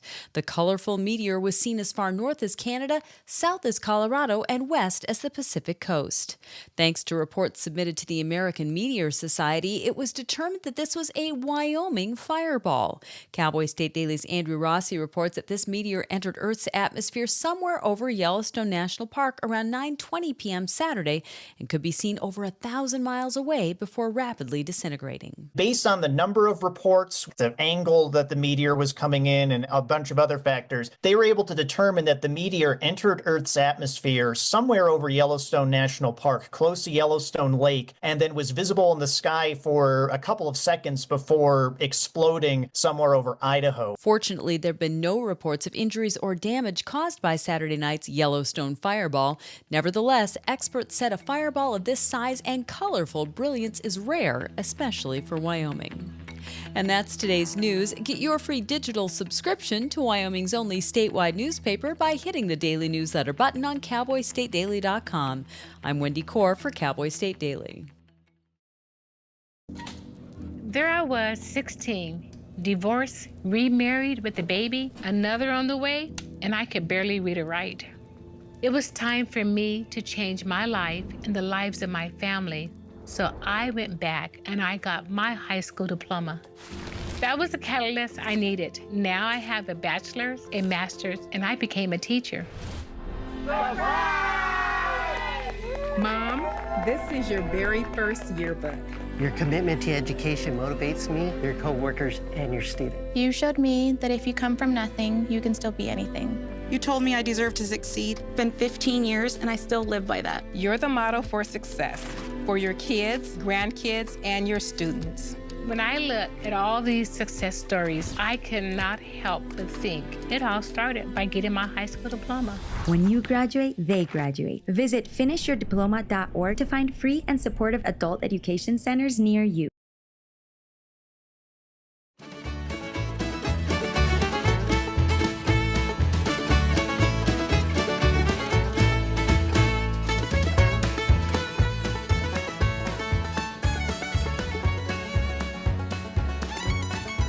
Welcome back from break. Cowboy State Daily Show with Jake continues. Mark Hines should be in the Zoom room momentarily. We'll talk about his story. Concerning your Glocks, could the state be coming for your Glock? That's a popular brand of handgun. I think probably the most popular. Maybe Mark can speak on that.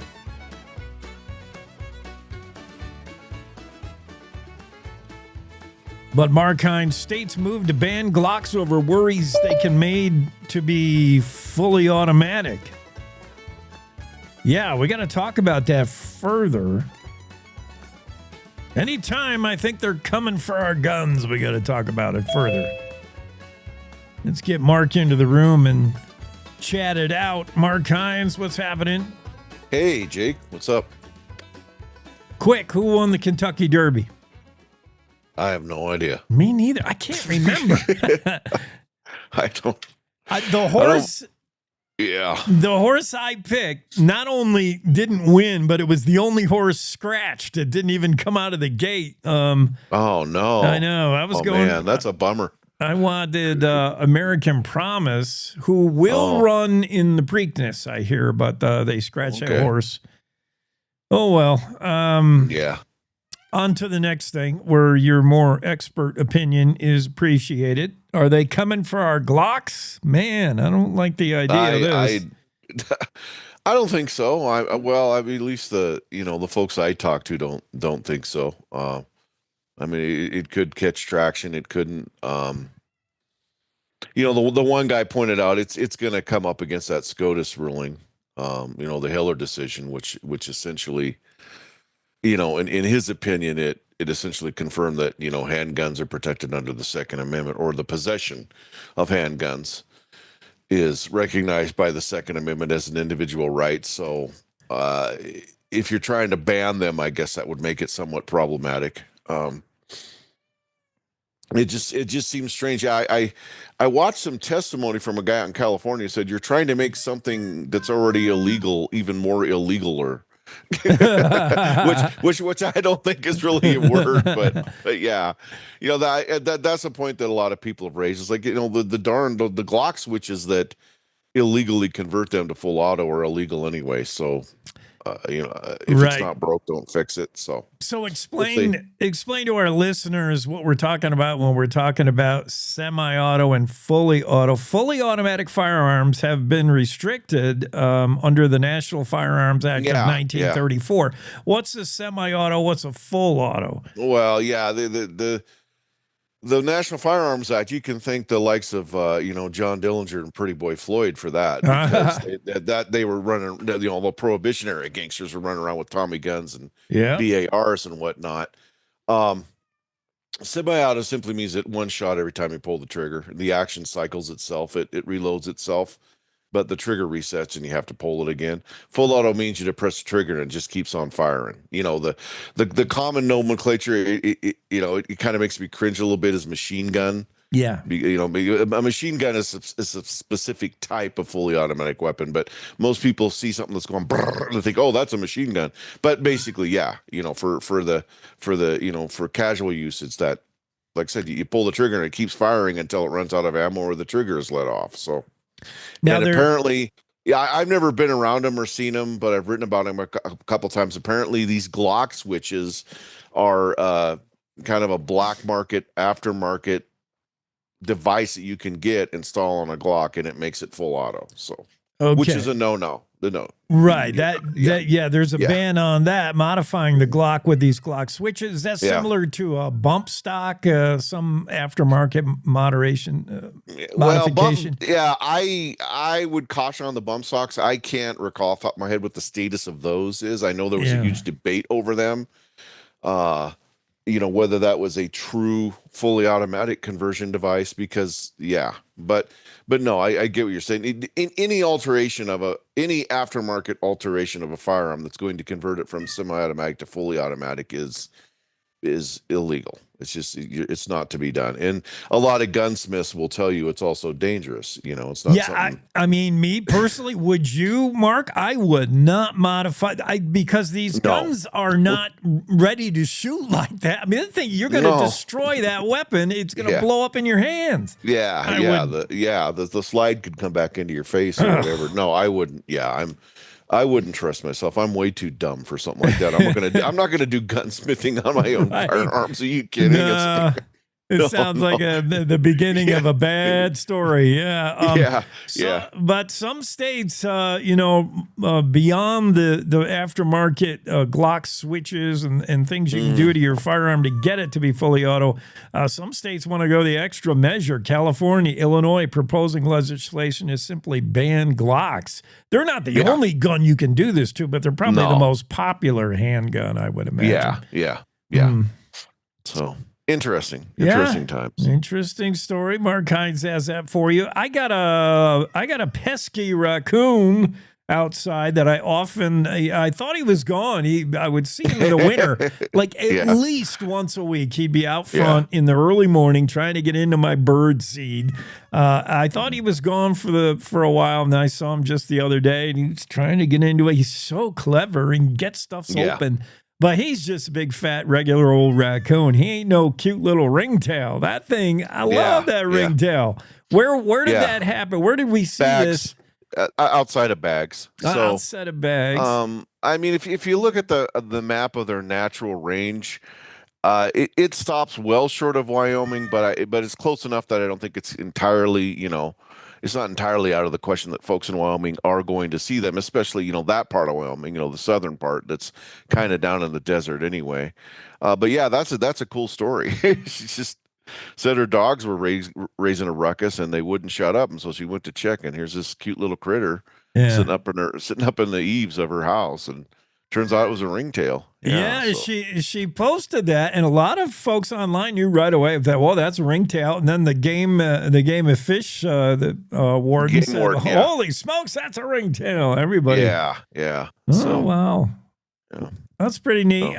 Catherine McAllister and her family and her dogs able to ferret out this ringtail. And are they still going to try to trap it and I put think it somewhere? so. Yeah, they're going to try to trap it, take a look at it, and then the ultimate goal is to relocate it just away from the dogs. They're worried. Everybody's worried that about the dogs getting a hold of it. They don't want that to happen. So these stupid dogs. Always, they're barking at the guys working out in the irrigation ditches. They're barking at everything. I need a dog to get my raccoon out of here because apparently the cat is perfectly tolerant of the raccoon. He doesn't care. It's fun what animals do. It's fun. I've seen similar videos to this, Mark. The one you showed and talked about in your story. This coyote who sneaks up behind a grizzly, gives him a little bite on the butt. That's grizzly 6'10", man. You don't want to mess with that grizz. Coyotes are so quick, though. They don't care. They want what that grizzly's eating. Yeah, and I think the coyote never had much chance of actually driving the grizzly away, but that coyote was aggravated, and he wanted to let Grizzly 610 know that she wasn't welcome. Right. Apparently, from what the person who took the video told me, that apparently those coyotes had a stash there, and then Grizzly 610 comes lumbering along, and goes, "Oh, this looks tasty. I'll take this." Yeah. The coyote was trying to get her to leave, but it just. But yeah, you're right. That takes some courage to walk up and bite a grizzly right in the backside like that. That was a funny video. Yeah, I enjoyed that. Case of wildlife bullying. That coyote's like, that's not fair. And they're so quick. I seen wolves do the same kind of thing where they realize their quickness. The bear is so slow, it can't get them, but they want to express their annoyance that their stash got stole. Yeah. Yeah. Good story. Thanks, Mark. Thank you. Have a super good Tuesday. You too. All right. Take Mark care, Jake. Kynes on the show. Let's show you a little bit of that, actually, for those of you on our radio stations throughout the Cowboy State. You'll have to go to the website, Cowboy State Daily. This story about the bold coyote that bites Grizzly's 610 in the butt.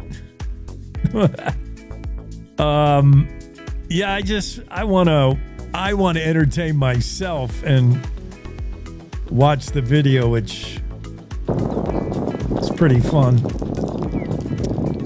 The coyote just creeps up from behind. 610 has no idea he's there. And then the bite in the butt, and the grizzly wheels around, says, "I dare you to try that again." I've seen that happen. I've seen that play out in the Serengeti. No, I've seen it happen, though, before. Some other folks have gotten similar videos. This one courtesy of Tammy Neufeld, a wildlife photographer. She got the whole encounter. The coyote, who she said would not give up. And, a few bites on the butt for the grizzly bears. Fun watching things interact in nature that you don't usually get to see. Thanks, Tammy, for catching that whole thing so we could enjoy it. I might have to take I got to take an early break here and get this cat outside. He's driving me nuts. Speaking of wildlife, that cat wants to go interact with wildlife outside. Let's take a quick break of the Cowboy State Daily Show. Kevin Meyer will be on the way shortly, and special guests also this hour. So a lot to do. Let's get to it. Hi, I'm U.S. Senator John Barrasso, and I'm teaming up with the Wyoming Center on Aging at the University of Wyoming for their campaign, Tough Enough to Know Your Numbers. May is National High Blood Pressure Education Month. It's a good time to learn and educate yourself on maintaining a healthy blood pressure.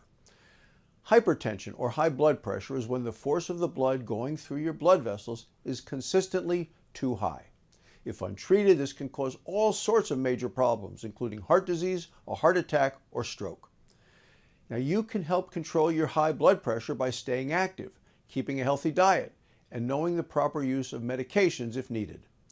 It's worth knowing your blood pressure numbers and talking with your healthcare provider about what is best for you. Are you tough enough to know your numbers? You can check out a blood pressure cuff kit in all 23 counties and 67 libraries across the state of Wyoming.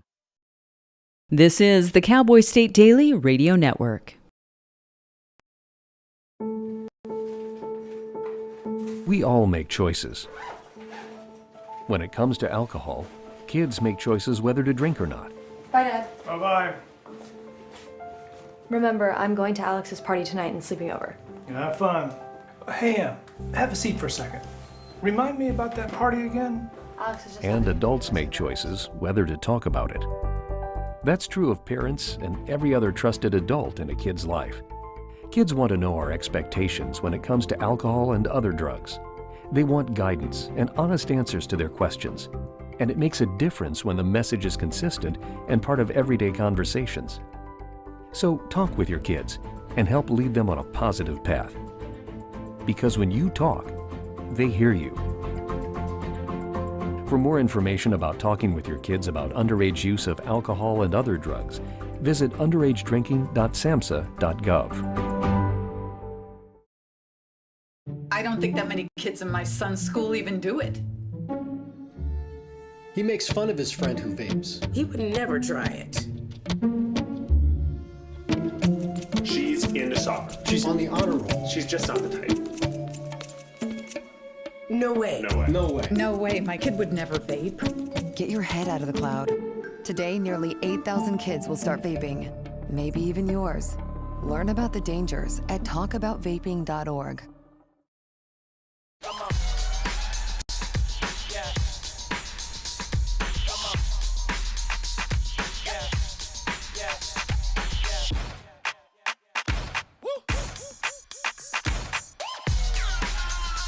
You're not going to get it all right. Just make sure you nail the big stuff, like making sure your kids are in the right seat for their age and size. Get it right at nhtsa.gov/the-right-seat.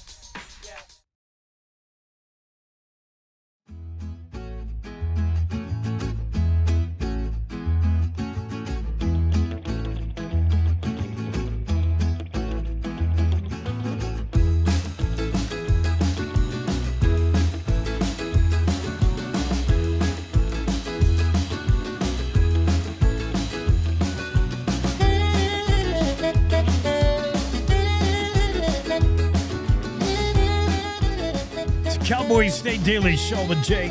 Donald Trump, President Trump, wants to add 2 holidays to the schedule, 2 new national holidays. Now, he does not propose, there comes a catch, the 2 holidays would not be national holidays that come with time off. Trump correctly said there's already too many of those. There are, aren't there? There are too many so-called bank holidays where, the post office is closed, the bank is closed. You're like, what? Just some random Monday? There are too many holidays already. And Trump said that. He said, we will not be closing the country for the days because, we quote, we already have too many holidays in America. I agree. And there are not enough days left in the year to take time off, Trump said. Still, he wants 2 new national holidays designated. One would be May 8th. That's coming up here pretty soon.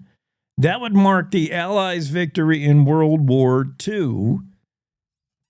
And he called for renaming Veterans Day on November 11th as Victory Day for World War I to mark the signing of armistice that ended World War I. The president's thinking is we should celebrate our victories.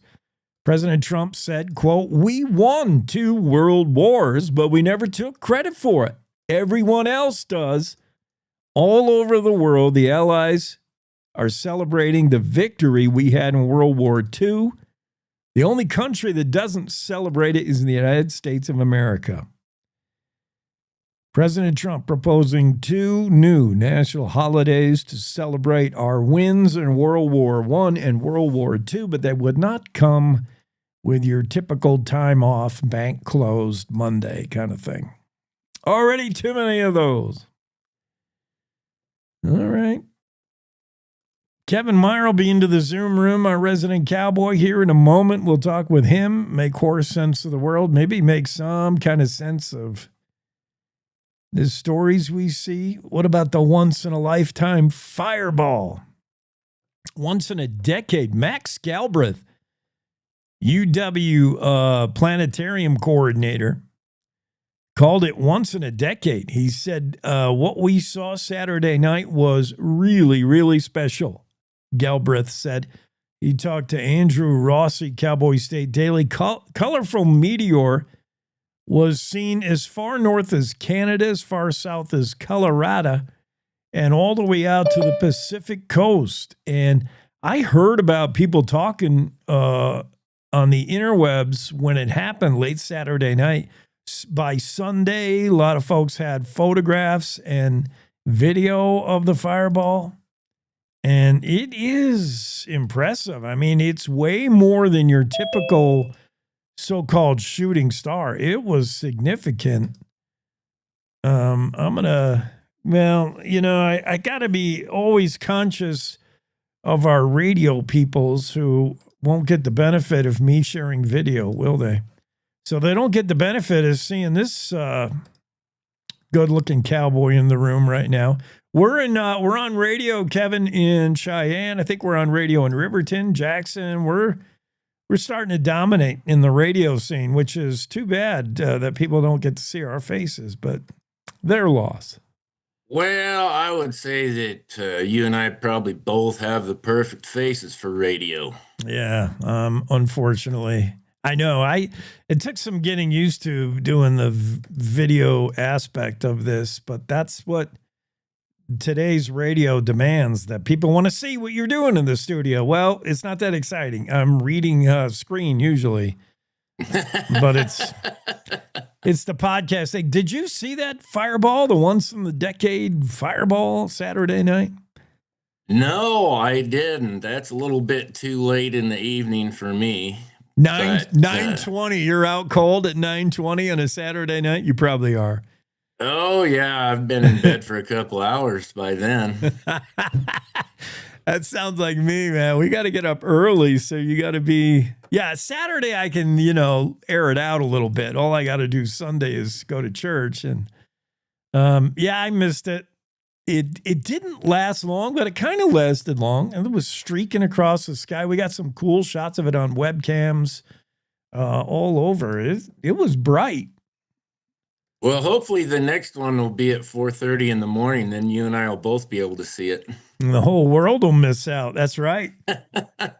So I've been talking about the Kentucky Derby. I already forgot who won. All I can remember is Livy Dunn rocking that tan line look. But it got me thinking about horse racing and breeding and what makes a racehorse. And I thought that'd be cool to talk to you about. You're often, elbow deep, knee deep, whatever it is, in some high dollar horse flesh. And it made me think of this story about Secretary. At first we heard that all 20, the whole field of the Kentucky Derby, all descendant of Secretariat, which is probably not a surprise. When you get a horse like that, it's bloodline, its semen is everywhere, right? It's all about breeding. Yes, and what they don't tell you about that is how far back on the pedigree it goes. And I don't know that much about the pedigrees of racehorses, but I can tell you in the quarter horse industry, one of the things that always makes me laugh is There's a great old sire named Leo, and there's a great old sire named Poco Bueno. And someone will say, yeah, when they're trying to sell a horse, they'll advertise, goes back to Poco Bueno.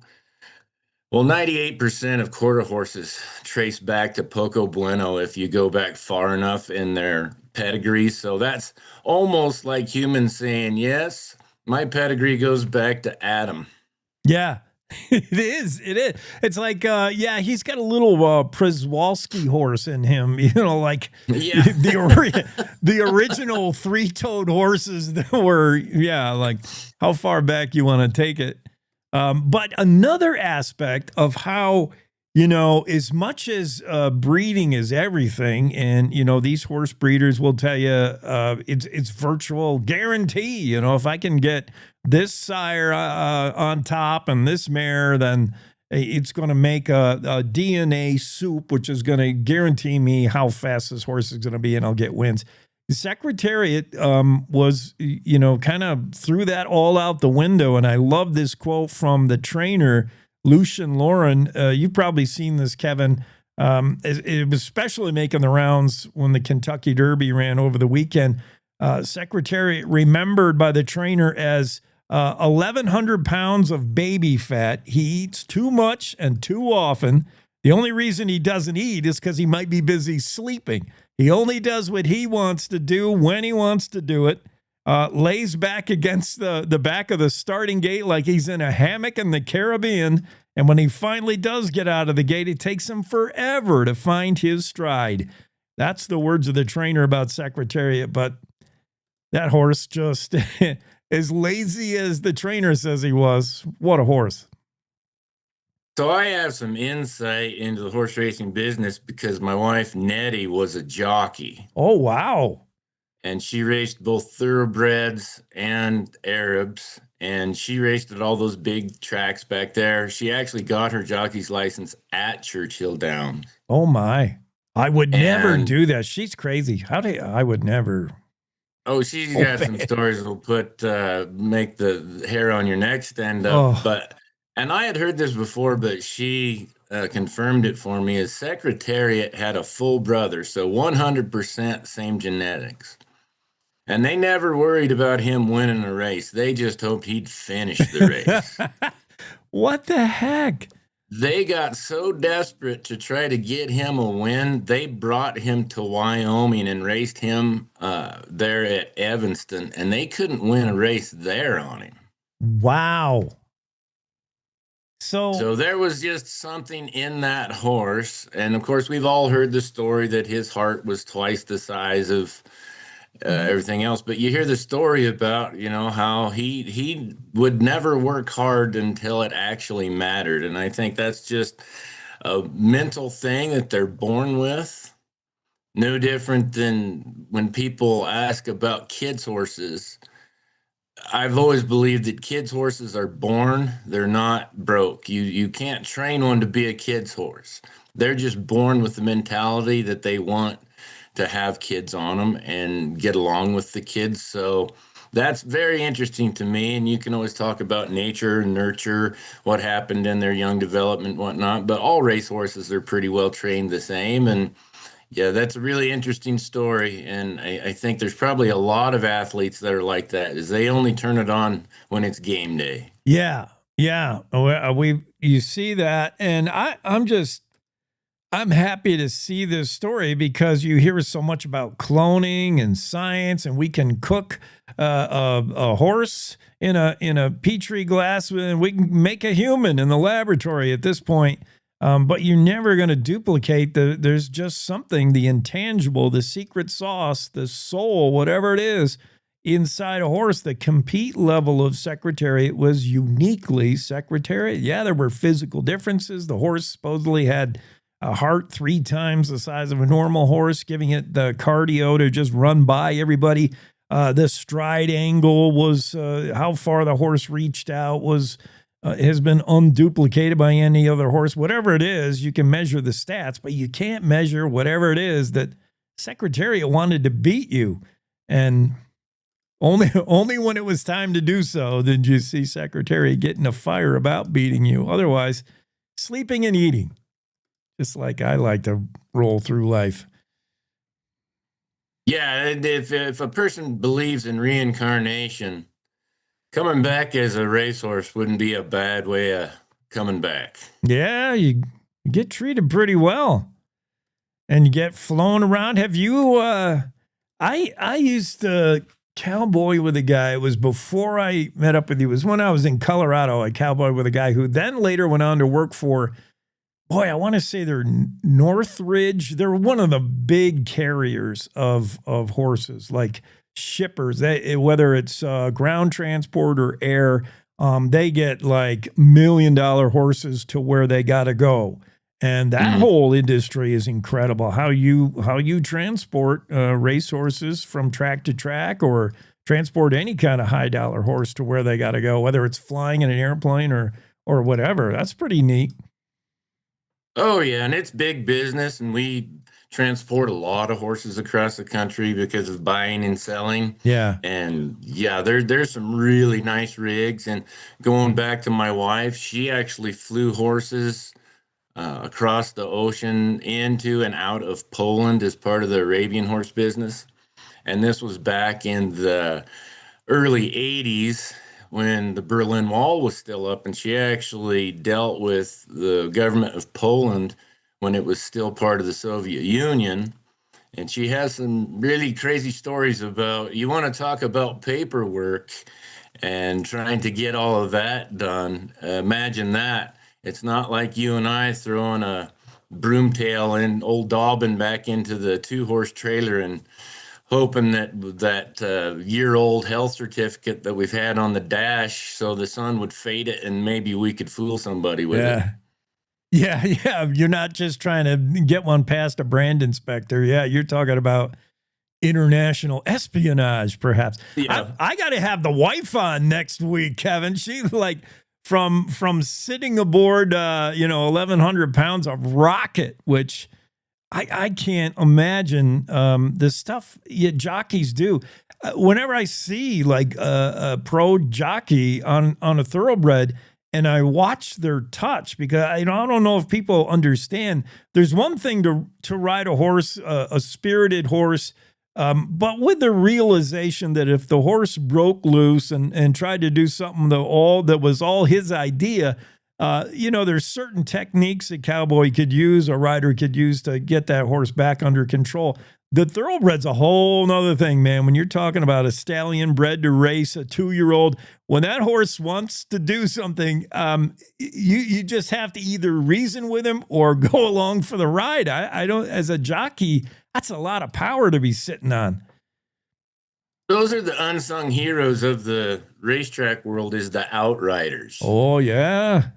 They're not really anything more than rodeo pickup men. Yeah. And they're and you see the size of some of those outrider horses, you're amazed that they can catch up to the race horses, but they do. And it's so amazing to me because I've seen Nettie's old saddle, those racehorse saddles. I have wallets that have more leather on them than those saddles do. Where do you sit? You don't sit. You don't sit, you stand up, and you're just holding on, kind of like that monkey that used to ride the border collie for the rodeo entertainer. So those outriders are something else when they're having to, because the entire track is full of horses, and one goes to running away, it might turn into bumper cars real quick. Yeah. That's boy, it's just fun to watch if you're a fan of horses at all, watching the racing and the behind the scenes and what it takes and the jockeys. I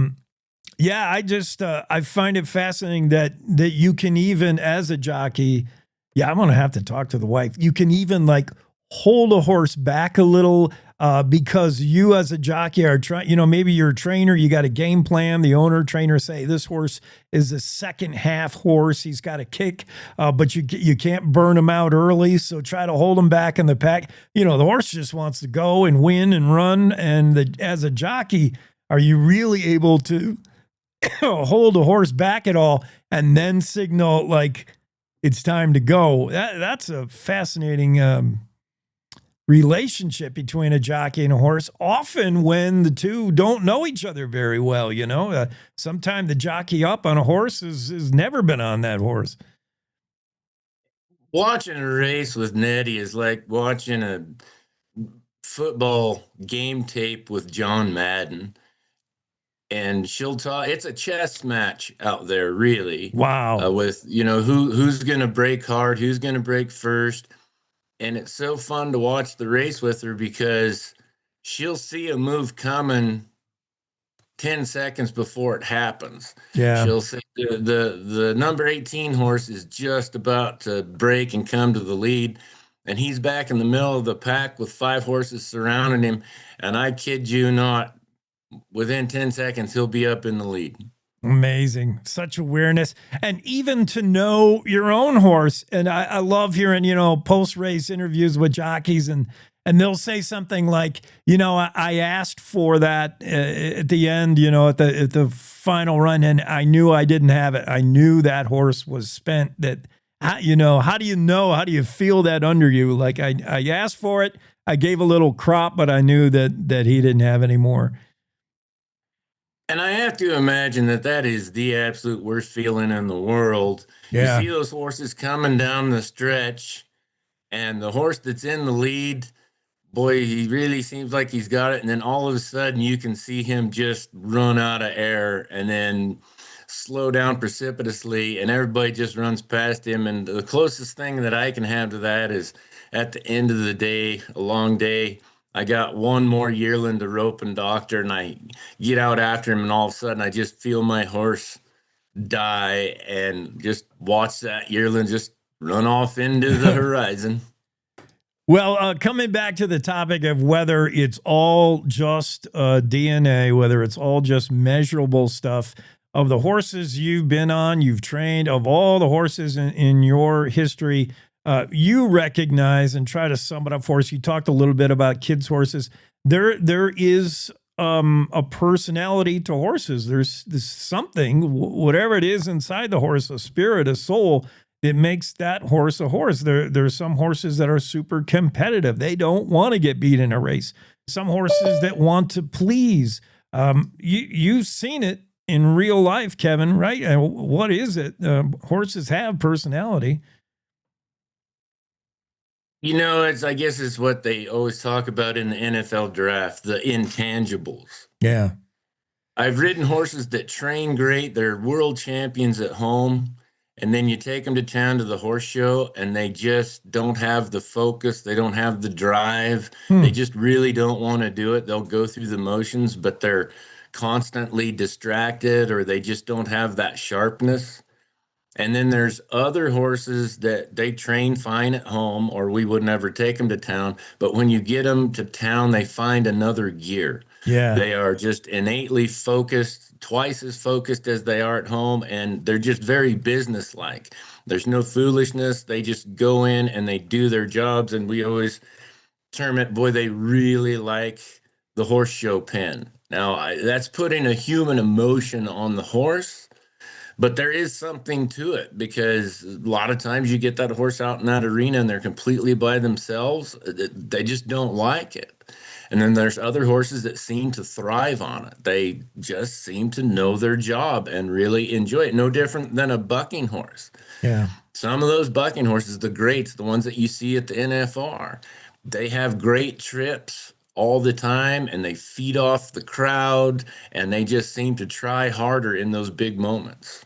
The heart and try and all the stuff we're talking about, the intangibles, you can't breed for it. You either have it or you don't. You can breed for the color, the size, and with some predictability, but when you have that magical horse that does things that, you can't put a finger on, you just can't recreate it with breeding. That's for sure. All right, Kevin. Well, I've always said about breeding, it's going to give you a loose guideline to what you hope the horse is going to be. Yeah. All right, man. Have a good post Cinco de Mayo day. Well, yesterday was my dad's 90th birthday. No way. And so we like to refer to it as Cinco de Mayo. Cinco de Mayo yesterday. Well, in his honor, I had 4 Coors banquets while I was stuck in Pinedale. Well, we came here to take care of business, and business has been taken care of. The words of Miss Fisher. You take care, my friend. Yeah, you too, buddy. Kevin Meyer, Cowboy State Daily. We got to take a quick break. Special guest coming into the Zoom room right after these words. Want to stay in touch with what's happening around Wyoming? I'm Wendy Core, host of the Cowboy State Daily video newscast. From Mountain View to Upton, from Jackson to Cheyenne, our reporters are out there finding and telling the stories that matter. Every day, I talk to the talented journalists who are covering the topics, issues, and people that are important to Wyomingites. And in our daily newscast, I bring you their stories. Tune in to Cowboy State Daily video news every morning, only on CowboyStateDaily.com. You're listening to the Cowboy State Daily Radio Network. Who can you turn to for news you can trust? Your local TV and radio broadcasters. You trust us to keep you safe during times of crisis and to deliver the weather, sports, and entertainment you rely on every day. We bring you the facts you need to make decisions that matter. And as misinformation floods social media, you can trust your local stations to deliver the truth. Text TV to 52886 and tell Congress you rely on your local stations for trusted news. You handle the healthcare, we'll handle the marketing. In need of a spark for marketing your medical practice? Loom Studio provides creative and strategic healthcare marketing that illuminates the path to bigger and better experiences for your business and your patients. We specialize in branding and design, social media, website design, SEO and SEM, not to mention content creation, public and media relations, and marketing metrics to ensure you're getting results. If you're looking to increase your patient engagement and retention, enhance your community impact, and streamline your marketing efforts, our team is ready to help you achieve your goals. Contact us today and learn more at loomstudio.com.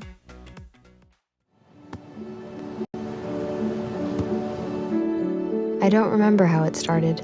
Go to that. Our back and forth. It always came back. Dad! You probably don't remember what you told me, That was perfect. but I heard every word.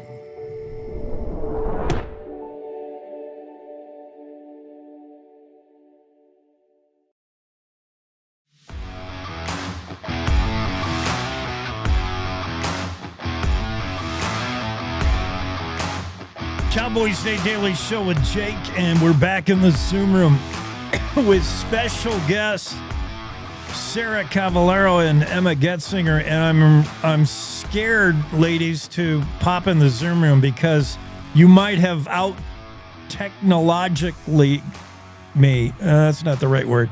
Okay, so my video is set up to accommodate a predictable one-person Zoom guest.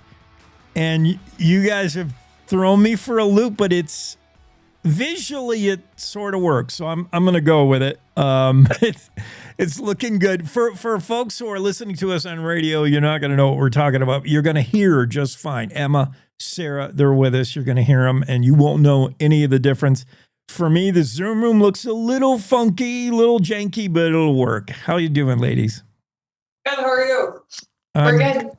I'm good. I'm worried about the fireball in the sky Saturday. Anybody see that? What is a comet? Oh, There was a big comet? Yeah, it was a big fireball Saturday night about 9:20. Like everybody reported seeing it over Jackson. Like, oh yeah. I missed it. There's like 5 days of meteor showers tonight. And tomorrow are supposed to be like right before dawn, the craziest. We're supposed to be over like 30,000 meteors. Oh, all right. Cool. We got that going. So May is Mental Health Awareness Month, or am I saying it right? Okay. And in conjunction with that, you got an event coming up that I'm super excited about it. It's something that isn't analyzed enough, isn't talked about enough, isn't researched enough. Youth Mental Health Summit is coming up May 14, 15, 16 in Jackson, and it concerns well, you tell me what it concerns, but it's screenagers, kids who are growing up with technology, and what does we all think we know what that does to you? What are your social skills when that's all you do? What is your there's so many effects of technology on kids, on children's mental health. I think we know that. I think we're aware of it. But what exactly will this summit help us find out more about that, Emma, Sarah? I don't know. There's a lot to unpack. I have a 13-year-old daughter who has been a really good illustrator of me not knowing what about technology. It's become painfully aware, right? Like I've been working with kids and families for 20 plus years, and I don't even know how to navigate this for my own. And I think that fundamental thing is true for pretty much all. I mean, I have yet to meet a family that knows how to navigate technology with their kids. Yeah. And it's all over the map. I think what we're looking for is a community conversation about that with some tools and resources to be able to navigate that better.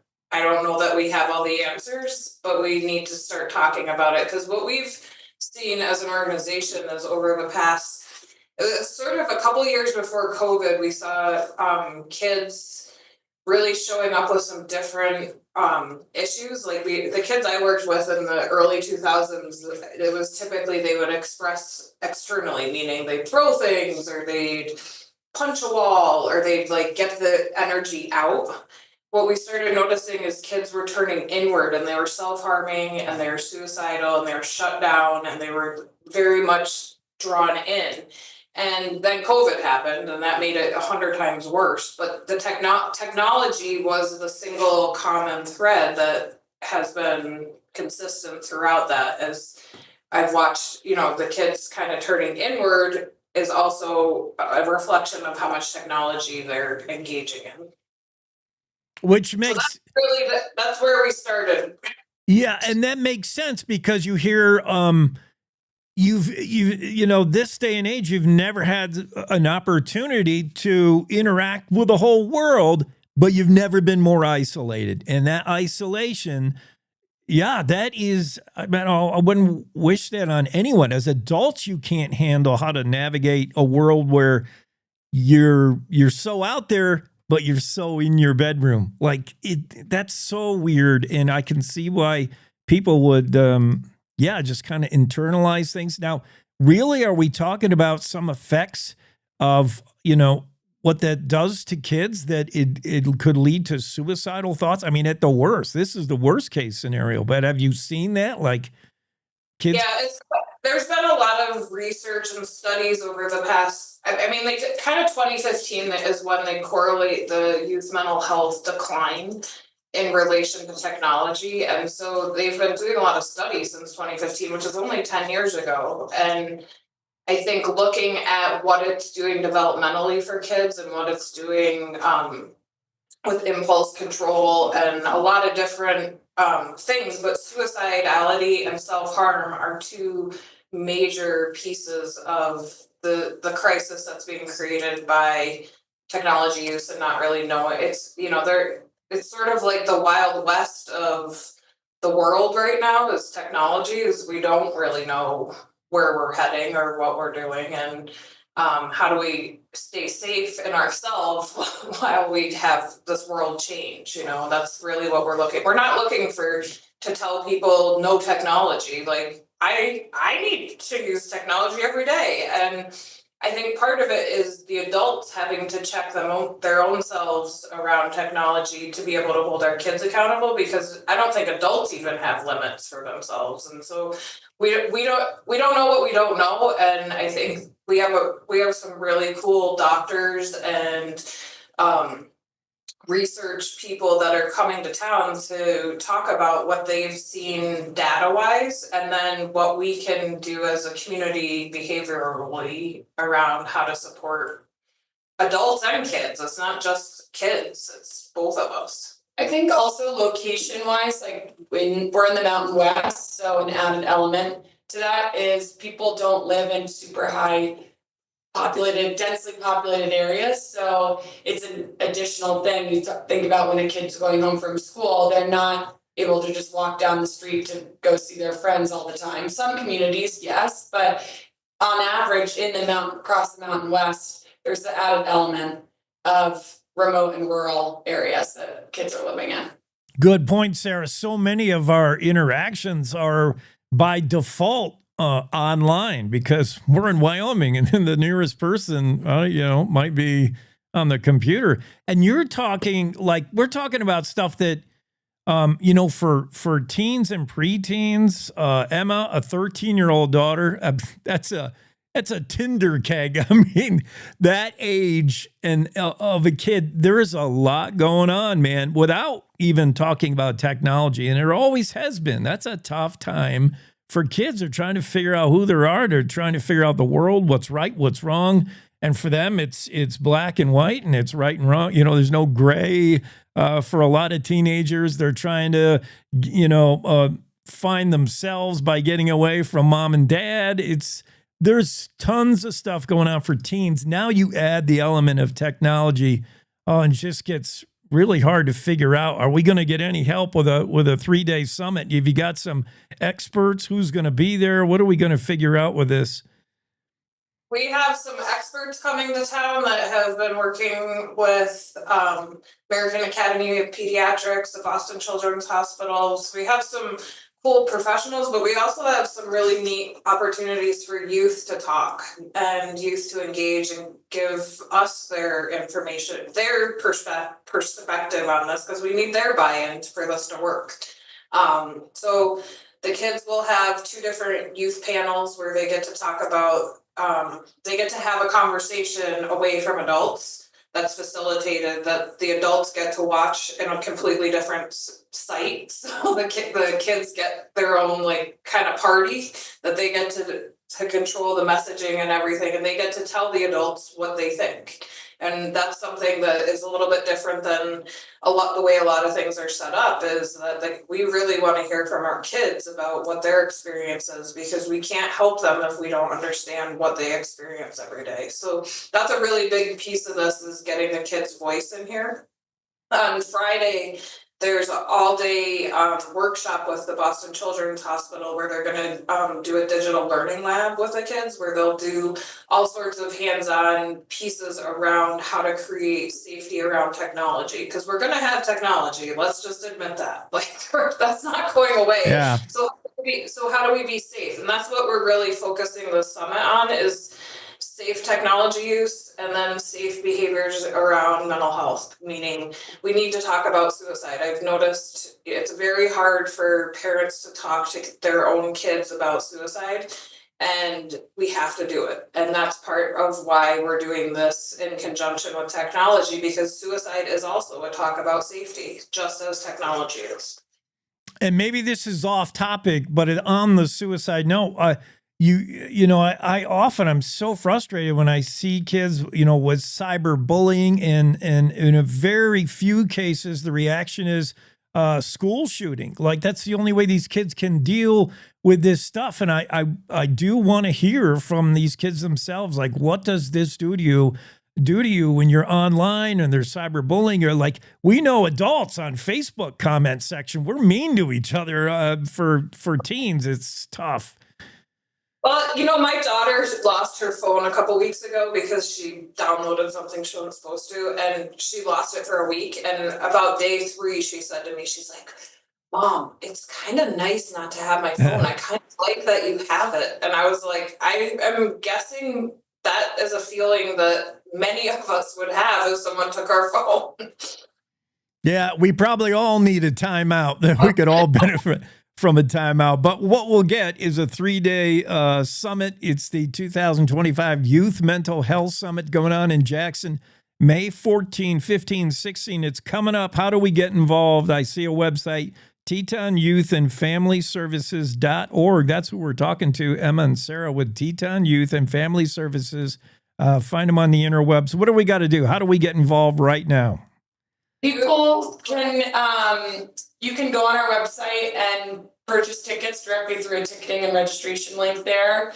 You can buy 1-day tickets, 2-day tickets.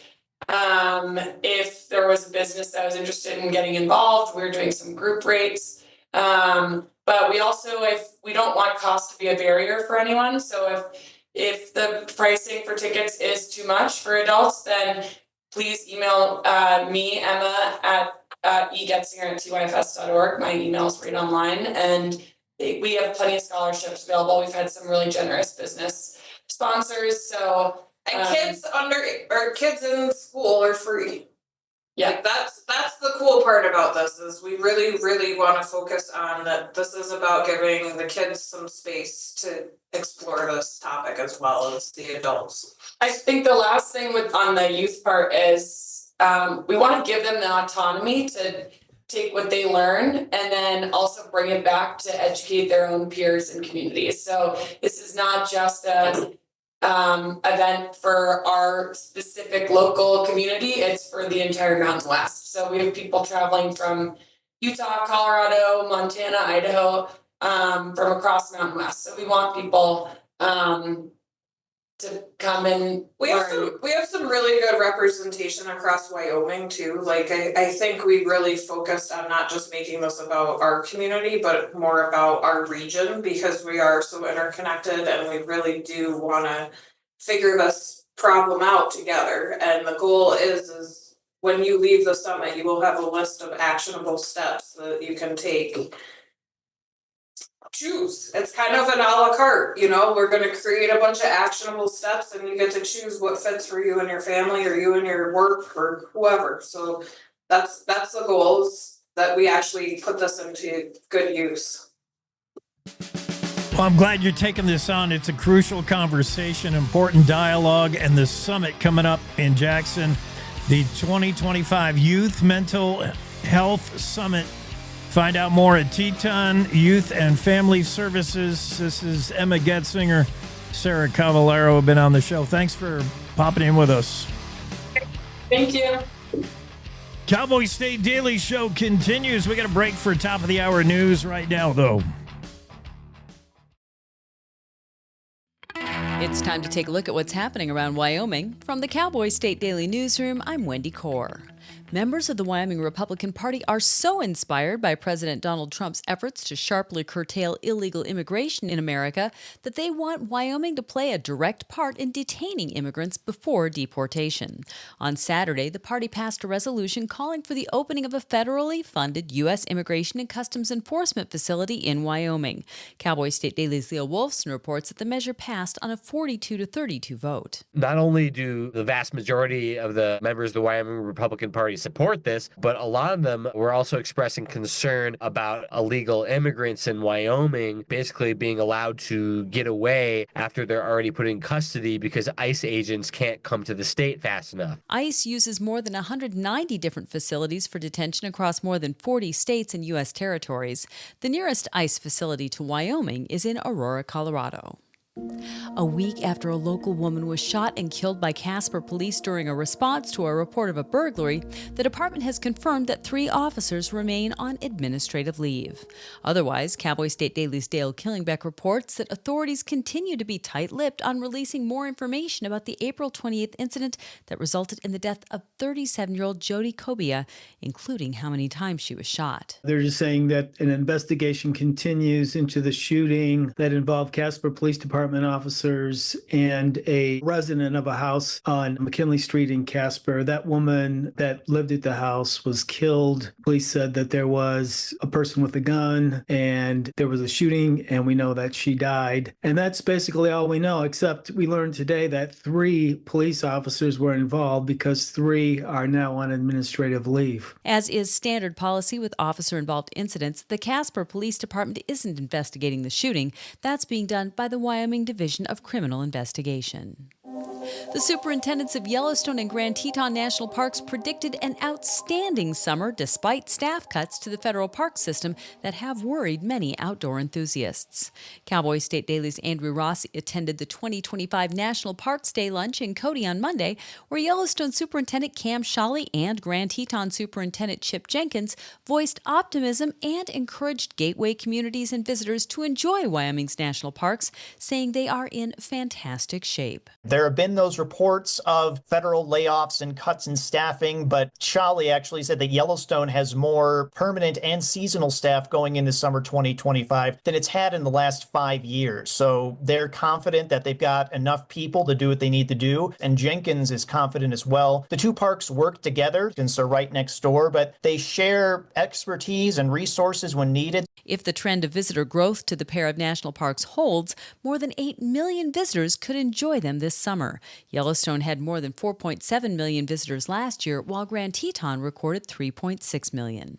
I'll be back with more news right after this. Do you know it's illegal to dig or excavate without knowing what's below? This is Jan Warren, Executive Director for One Call of Wyoming. We will be hosting workshops around the state to educate homeowners, realtors, landscapers, underground facility owners, and excavators on the state law, industry best practices when it comes to planting a tree, building a fence, or any other excavation project you have planned. Join us for a free breakfast, get your questions answered, and learn how One Call of Wyoming is here to help. Go to onecallofwyoming.com and register today.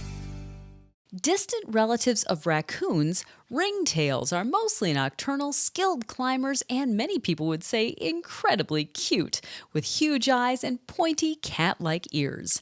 They're also seldom seen in Wyoming and are mostly found in deserts in the southwest United States. However, Cowboy State Daily's Mark Hines spoke to a rural Baggs area resident who had a ringtail visit her early Sunday morning. Her dogs were barking. She didn't know what was going on, so she went and there was a little critter hanging out in the eaves of her house. So she took a photo of it, posted it online. Turned out it was a ringtail. They're commonly called ring-tailed raccoons or ring-tailed cats, which isn't exactly accurate. They are somewhat related to raccoons, not at all related to cats, but they are their own species. So she took this picture, and somehow that picture ended up getting forwarded to the local game warden, who was really excited to see it. She got a report of a ringtail 2 years ago, set up trail cams, and was never able to capture an image of it. So she was thrilled to see solid evidence of a ringtail. The frisky critter slipped away and hadn't been spotted since. The game warden still hopes to live trap the ringtail and get a better look at it before releasing it back into the wild. And that's today's news. Get your free digital subscription to Wyoming's only statewide newspaper by clicking on the daily newsletter button on cowboystatedaily.com. I'm Wendy Core for Cowboy State Daily. Most hiring algorithms would scream me out. Some bosses couldn't see me as a leader. I've run this place for 20 years, but I still need to prove that I'm more than what you see on paper.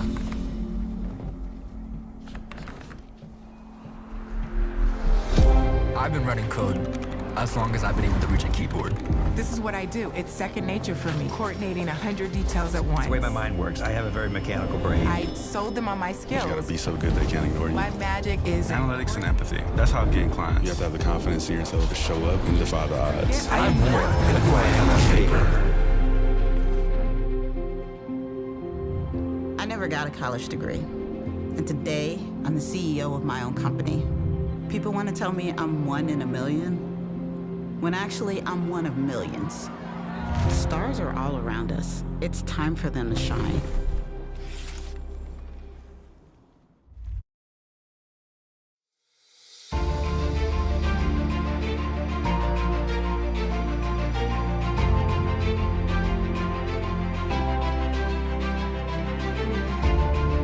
Cowboy State Daily Show with Jake. It's a Tuesday.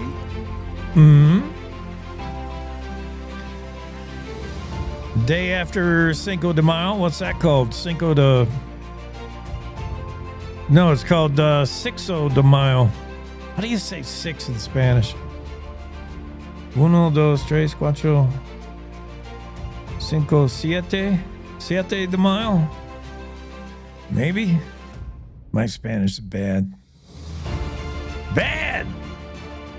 We'll ask Renee Jean if she has a better grasp of a foreign language.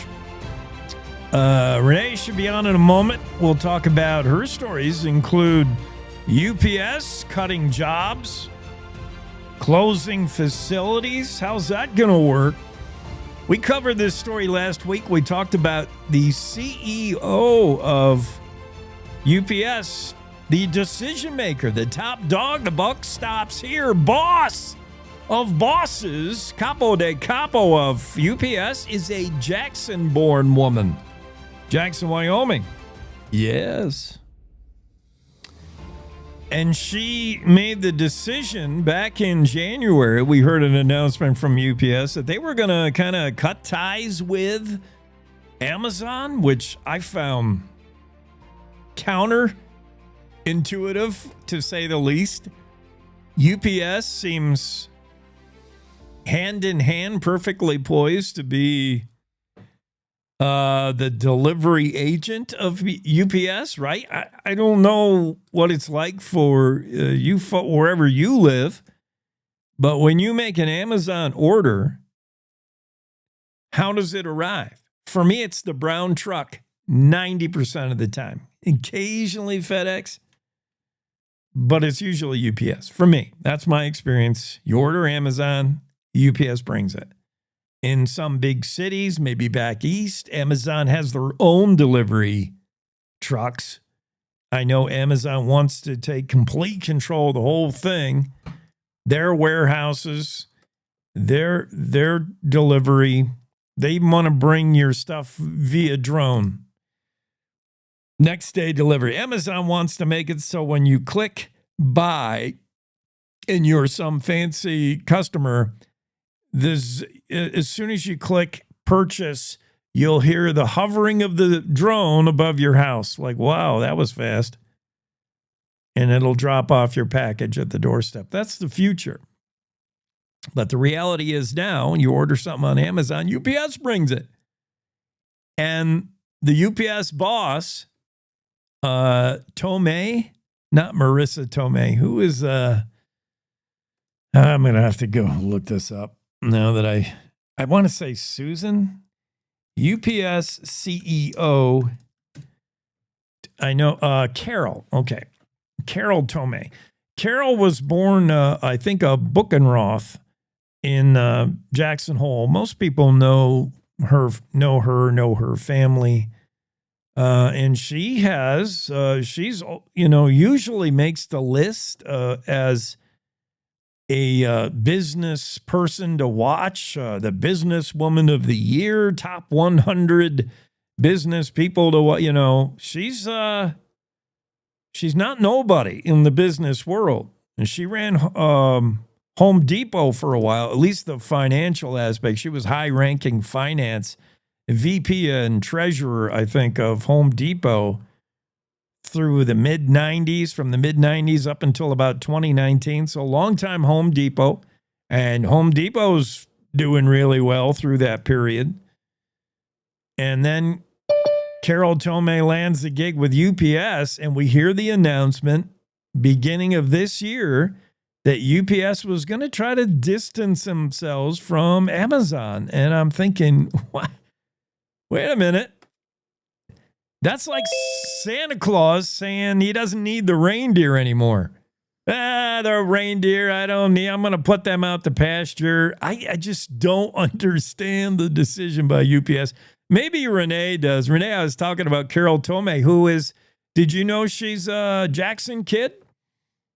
No. The CEO of UPS, who made that announcement earlier in the year that UPS was going to try to wean themselves from Amazon. I would think that's your best business partner, quite honestly. But 3 months after that announcement, or 4 months, we hear UPS is going to lay off 20,000 people, close 73 facilities. I'm not sure what direction they're taking business-wise, but I'm hoping Carol Tomei knows what she's doing. She's a Jackson Hole native.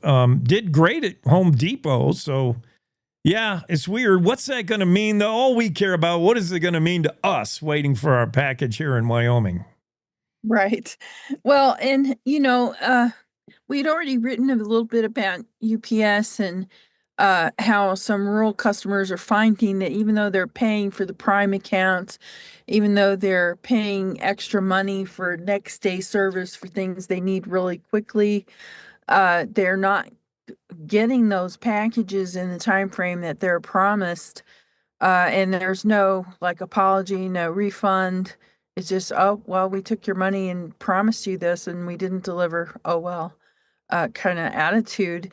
And I don't think it's going to get, I don't foresee it getting much better for rural communities. It costs so much now. Inflation and all of that is affecting the shipping industry. You know, uh, where do we go from here? I'm not sure. Uh, Amazon though is looking at restructuring and adding some more delivery centers for rural areas. So maybe if Wyoming gets one of those, it could help those who are within range of that.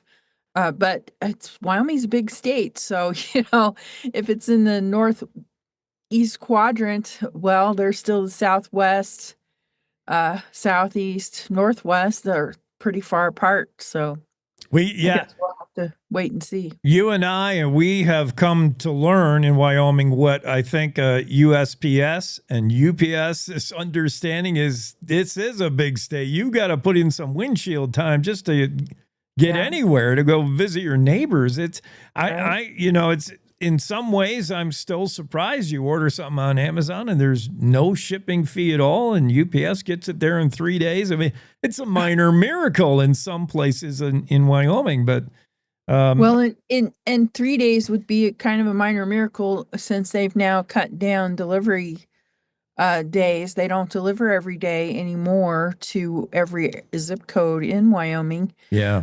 Like Hartville, there's only 2 days a week where they deliver. So it's more likely that your package is going to take a week to get there. If you bought something after that second delivery day in the week, you're not getting it until next week. Well, yeah, and a lot of it has to do with escalating costs of everything and making it so the penny is pretty much obsolete. Cynthia Lummis has introduced legislation. She's all behind President Trump, who said, we got to get rid of the penny. The penny is useless. Cynthia Lummis says the penny is expensive. If we're cutting waste, let's start there. It costs a lot to make a penny. Would we even miss it? But you bring up a great point in your story about this, Cynthia Lummis, behind the bill that would force a U.S. mint to at least stop making pennies. Canada did similar. In fact, they went an extra step. They told you to go turn in your penny to get rid of them faster. Yeah, give us your pennies. But you bring it up the interesting point. We probably wouldn't miss it at all, as a digital thing. Like a penny is a penny. But, what about boots meets the ground? Where are you going to feel it? And you talk to a restaurant, a diner, owner, waiter, server, and, some people tip, what are you going to do on a $6.36 bill? Is the restaurant going to say, well, we're going to round up to $6.40? That harms the customer. Is the customer going to eat? Like, who's going to eat that penny in the end? Yeah. I mean, the other thing about that, and I didn't mention this in the story, but she just finished paying off her payment system just a little bit ago. So finally, this multi-$1,000 piece of equipment is paid off. Well, updating that to handle the new regime without pennies, is that going to cost something? It's probably not going to happen for free. Of course, pennies are probably going to still circulate for a while because they're not. The bill doesn't come with a clawback. It's not saying everybody turn in your pennies. We're not going to use them anymore. So, there are millions of pennies in circulation. But I could foresee if you're doing a cash transaction and pennies have become rarer and nobody has a penny, who's going to eat that difference? I would think that the business owner's going to say, well, if you don't have exact change, you'll have to pay $6.40 and I don't have any pennies, in return to give you. That in and of itself may drive more cashless transactions. It's a step toward a cashless society, maybe. Not an intentional step necessarily, but I think it would drive more people to go cashless on these types of transactions where they maybe don't have pennies anymore to throw around. I would imagine perhaps somewhere in Idaho there is a tinfoil hat wearing conspiracy theorist who believe this is an intentional effort to get us away from cash, to get us into a cashless society where one day all our foreheads will be stamped with a barcode, and that's how we're going to buy stuff. I don't know. But I think the cell phone is already set up to tap and pay kind of thing.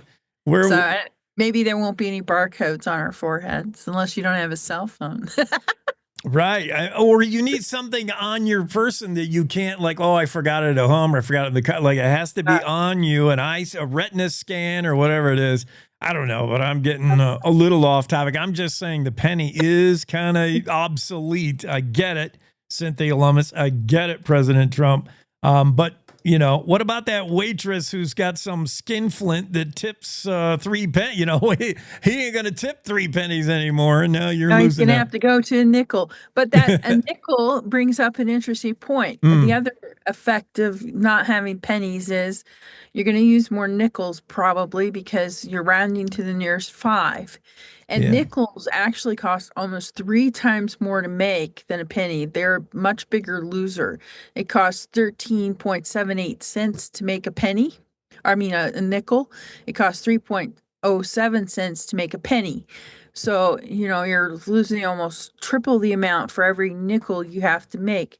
If this drives more nickels into circulation, if the mint has to make more nickels for transactions, then it could end up costing more money than it saves by not making pennies. Oh, careful what we've unraveled now. Get rid of the penny and there's no stopping. Once you rip that Band-Aid, you got to keep going. See, we're going to be completely cashless. All the coins will be gone. So far, dimes and quarters are profitable, according to the U.S. Mint. But, then if you get rid of nickels because they're such a much bigger loser, then you're running to the nearest dime. And that question about who pays the difference on a bill becomes, it's a bigger loss for somebody. It starts adding up, literally starts becoming more significant. Renee Jean's story. That's who we're talking to, by the way. Renee, we didn't properly introduce her. Lummis behind bill to force U.S. Mint to stop making pennies. Are we really going there? Senator Lummis all behind it. And she's proposed legislation to get us there. Tourism, Wyoming's booming outdoor rec tourism industry is for real, $2.2 billion industry. People come to Wyoming to get outside for the most part. It's understandable, but it could be a painful adjustment. For instance, I was in Pinedale yesterday, spent the whole day there accidentally. My truck broke down, Renee. I had to hang out in Pinedale. I went and almost everyone I encountered, I said, did you read that Pinedale's population is expected to double by the year 2040? And they're like, oh, most of them didn't know. A few did read your article. But yeah, Pinedale is one of those towns that, sitting right there in the base of the Wind Rivers. That's a great recreational spot. And you're looking at, is that town ready for the new world? Yeah. Well, and we've written about this before, but there's kind of this new economic boom model. It's driven by outdoor recreation in part, and then the other part is technology. With technology, so many more people can be remote now. They don't have to live in a particular geography to handle their financial matters. They can go live where they play or where they want to play. That is driving some of these wealthy people, remote workers, to relocate to places like Jackson, Wyoming. Teton County is leading the nation in this trend. People really love Jackson Hole and the mountains, and they want to live there. But Wyoming has lots of really cool places to live. Devil's Tower is another one that's starting to take off. Basically have mountains in every corner of the state. I was talking to my dad on the phone, and he's like, aren't most of the mountains in the west in Wyoming? No, there's pretty much mountains everywhere you travel across Wyoming. I can't recall any view where I couldn't see some mountain off in the distance. So there's lots of cool places in Wyoming to live. And I think as more people move here, they'll discover, oh, hey, I don't have to live in Jackson Hole to enjoy the outdoors. I can go live in Laramie. I can go live in Thermopolis. I can go live in Saratoga. I can live in Gillette, Hewlett, some of these other smaller towns where maybe expenses aren't quite as high, but the outdoor tourism is still pretty big. Yeah, and I think it's going to drive growth across the state potentially. Yeah, that population explosion, I can tell you from experiencing Jackson, yes, you got to be out ahead of it because if you don't have the infrastructure, if you don't have the real estate and the housing, I talked to Chauncey Goodrich, real estate agent down there in Pinedale, and I told him, population double by 20. He's like, where are we going to put them? There's no inventory as it is. There's no, real building. There's it's going to be a painful accommodation if we do see these population boosts. That's for sure. Speaking of Pinedale, I was also hanging out in your bar for sale. That story going back to the Corral Bar. I was going to ask if you went there. I did. Well, they, bless them. They were the only ones open. I had time to kill. I had to wait for the wife to come down and get me because my truck I had to leave it there. And the Stockman's wasn't open. The nobody was open. Wind River Brewery, they're all closed on a Monday. Corral was open, and we talked about your story and how it's for sale. And then I did some dickering with the bartender who was not the owner, just a bartender. She goes, I can get you a better deal than the $1.5 million as long as you retain the sassy bartending crew. If you keep me on, I can get you a little better deal maybe. But I did not buy a bar when I was there. I just bought a few cores. Oh, well. Well, that would be my only, I'd have an inn there. That would be so great. You should have bought it. Yeah, Jake. I know. You and me. Can you help me run it? It's a cool place.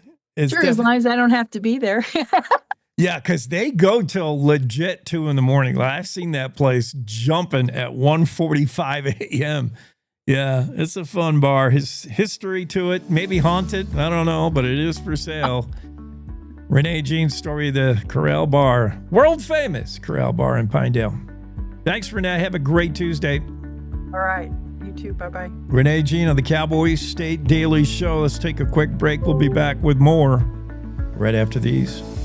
To the Teton Range, Cheyenne to Sheridan, Rawlins to Ralston, Cowboy State Daily Morning Show covers the state like no other radio show or podcast. We love Lovell. We're eager to share the stories of Story Will Crow About Crowheart and Yodel Over Yoder. Whether you make your home in Sweetwater, Chugwater, Powder River, or Green River, the Cowboy State Daily Morning Show will make you feel right at home. Jeffrey City, Atlantic City, we see you. Little America, Big Piney, you're on our radar. Howdy, Wapiti, Meeteetse, Shoshone, 10 Sleep, good morning. Welcome, Torrington, Riverton, Wheatland, Lusk, Lingle, Lander, Timber, Casey, Kerwin, Moorcroft, Mountain View, Moose, Fort Bridger, Fort Laramie, Fort Washington, Hannah, Hudson, Hewlett, Dayton, Daniel, and DuBois. We are east of Weston, west of Midwest, north of Newcastle, and south of Sundance. Border to border, we love Wyoming and every one of its communities, bar none.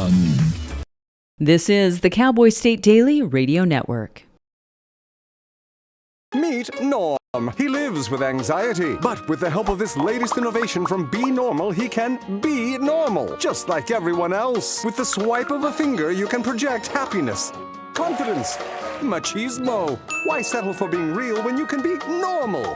The Normal Maker, new from Be Normal. This item doesn't really work because there's no such thing as normal. We're all different. What we like, how our brains work. In fact, 1 in 5 of us live with mental illness. Don't filter who you are. Start by talking to someone you trust. And remember, there is no normal. Nestled between Casper Mountain and the North Platte River, you'll find the heart of Wyoming. With a bustling downtown centered around our outdoor haven, Casper is for adventurers, freedom seekers, and rule breakers who find beauty off the beaten path. So if touchable history, a vibrant community, and uninterrupted outdoor recreation define your travel itinerary, allow us to welcome you to the one and only Casper, Wyoming. Plan your trip at visitcasper.com. Love is a lesson that doesn't end. It knows no conditions, so you better buckle in. Love keeps you on your toes. It never stops, only grows. Love isn't easy. It's a commitment, especially when they're being their most resistant. Love is being prepared for the journey ahead. Love doesn't let any concerns go unsaid. Love is finding the right seat so you can take a breath.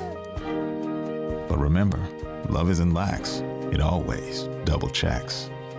Check that your kids are in the right seat at nhtsa.gov/the right seat.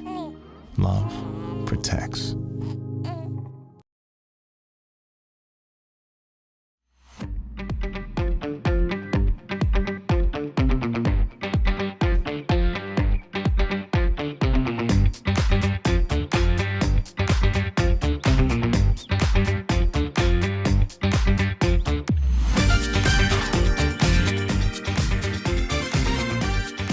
Cowboy State Daily Show with Jake. We're back, and we want to get into this story about the truck driving, the gear jamming serial killer.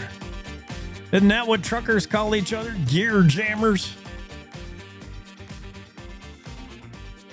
You one-arm suntan, from hanging your arm out the window. Nobody opens their windows anymore. When's the last time you seen anyone driving with their arm hanging? That's such a 1970s thing, maybe 80s. Everybody's rocking the AC. Your cabin environment is all. I prefer the window open. I hardly ever put on my air conditioning. I don't like. Unless it's like wicked, stupid hot, I'd rather open the window. And I got the arm out the window. I got my one arm tan going. Just like all your old truckers. But, nobody's doing that anymore. They're just 18-wheelers, gear jammers, CB jockeys, whatever you want to call them. These commercial long-haul truckers, as a job, as an industry, as a career path, are also so perfectly suited to be a serial killer. I mean, I'll just lay it out there. I'm scared of it. So is CJ Box. As on our podcast, I'll show this book by CJ Box, Badlands, has in it a very similar scenario of a commercial trucker who is suspected of being a serial killer, like just a madman. And as we were talking earlier, Jen and I earlier in the show, talking about how a trucker, long-haul trucker, is perfectly suited to be a serial killer, and it would be very hard to catch that person, because many crimes are solved by investigators through some connection with the victim. The killer and the victim have something, something there. Whether it's money, you owe me money, whether it's romantic interest gone bad, like whatever it is, there's some reason your killer. You're connected in some fashion. It's very rarely some random victim chosen, except for these 6 serial killers who often strike randomly. But even there's some pattern. Maybe they like, women of a certain age or certain look. But the randomness is what puts a speed bump in the investigations, and randomness and the fact that truckers can often strike anywhere. You know, if they're a long haul trucker doing a haul from Salt Lake to St. Louis, you could be several states, any state, a victim. And how do you tie them together? Oh, I'm just thinking of nightmare scenario where a serial killer trucker, that's the headline used here by Claire McFarland, accused, remember, it's all alleged, all accused right now. Accused serial killer trucker is the headline. Those words scare me because these people, it's so hard to catch them. In this case, I think we caught one. Clark Perry Baldwin, a long-haul trucker, was convicted Friday in Tennessee of a murder there. This paves the way for Wyoming to get a piece of this guy because DNA evidence introduced in the trial now links Baldwin to 2 cold case murders in Wyoming in the early 1990s and perhaps more that we don't yet know about. But yeah, this story is creepy. It's scary and gruesome to think about. But it all came about with this Tennessee conviction. In the story, Claire McFarland writes about Mary Ann Newton, 21-year-old. She may be the only one that escaped the clutches of Clark Baldwin, allegedly. Mary Newton recounted a story from February 1991 where she thought she recounted a scenario where she believed she was raped by Baldwin. And she was hitchhiking. She was trying to get away from home and then had a change of mind and said, can you drive me back to? And the next thing you know, she's in his cab of the truck and she's coming to. She lost consciousness. Her clothes are half off. And yeah, for Mary Newton, she's lucky she got out of there with her life. She pointed a gun at Baldwin, his own gun, and was able to run away and escape and then later talk to authorities about it. Not so lucky for 2 people in Wyoming. In 1992, the bodies of 2 young women would turn up in Wyoming. One found off Interstate 80 in Sweetwater County. Law enforcement named the mystery woman Bitter Creek Betty. Another was found off Interstate 90 in Sheridan County, just simply known as Jane Doe. Their bodies were recovered but never identified until now. One of them has been, by the way. Bitter Creek Betty was identified using family tree DNA companies.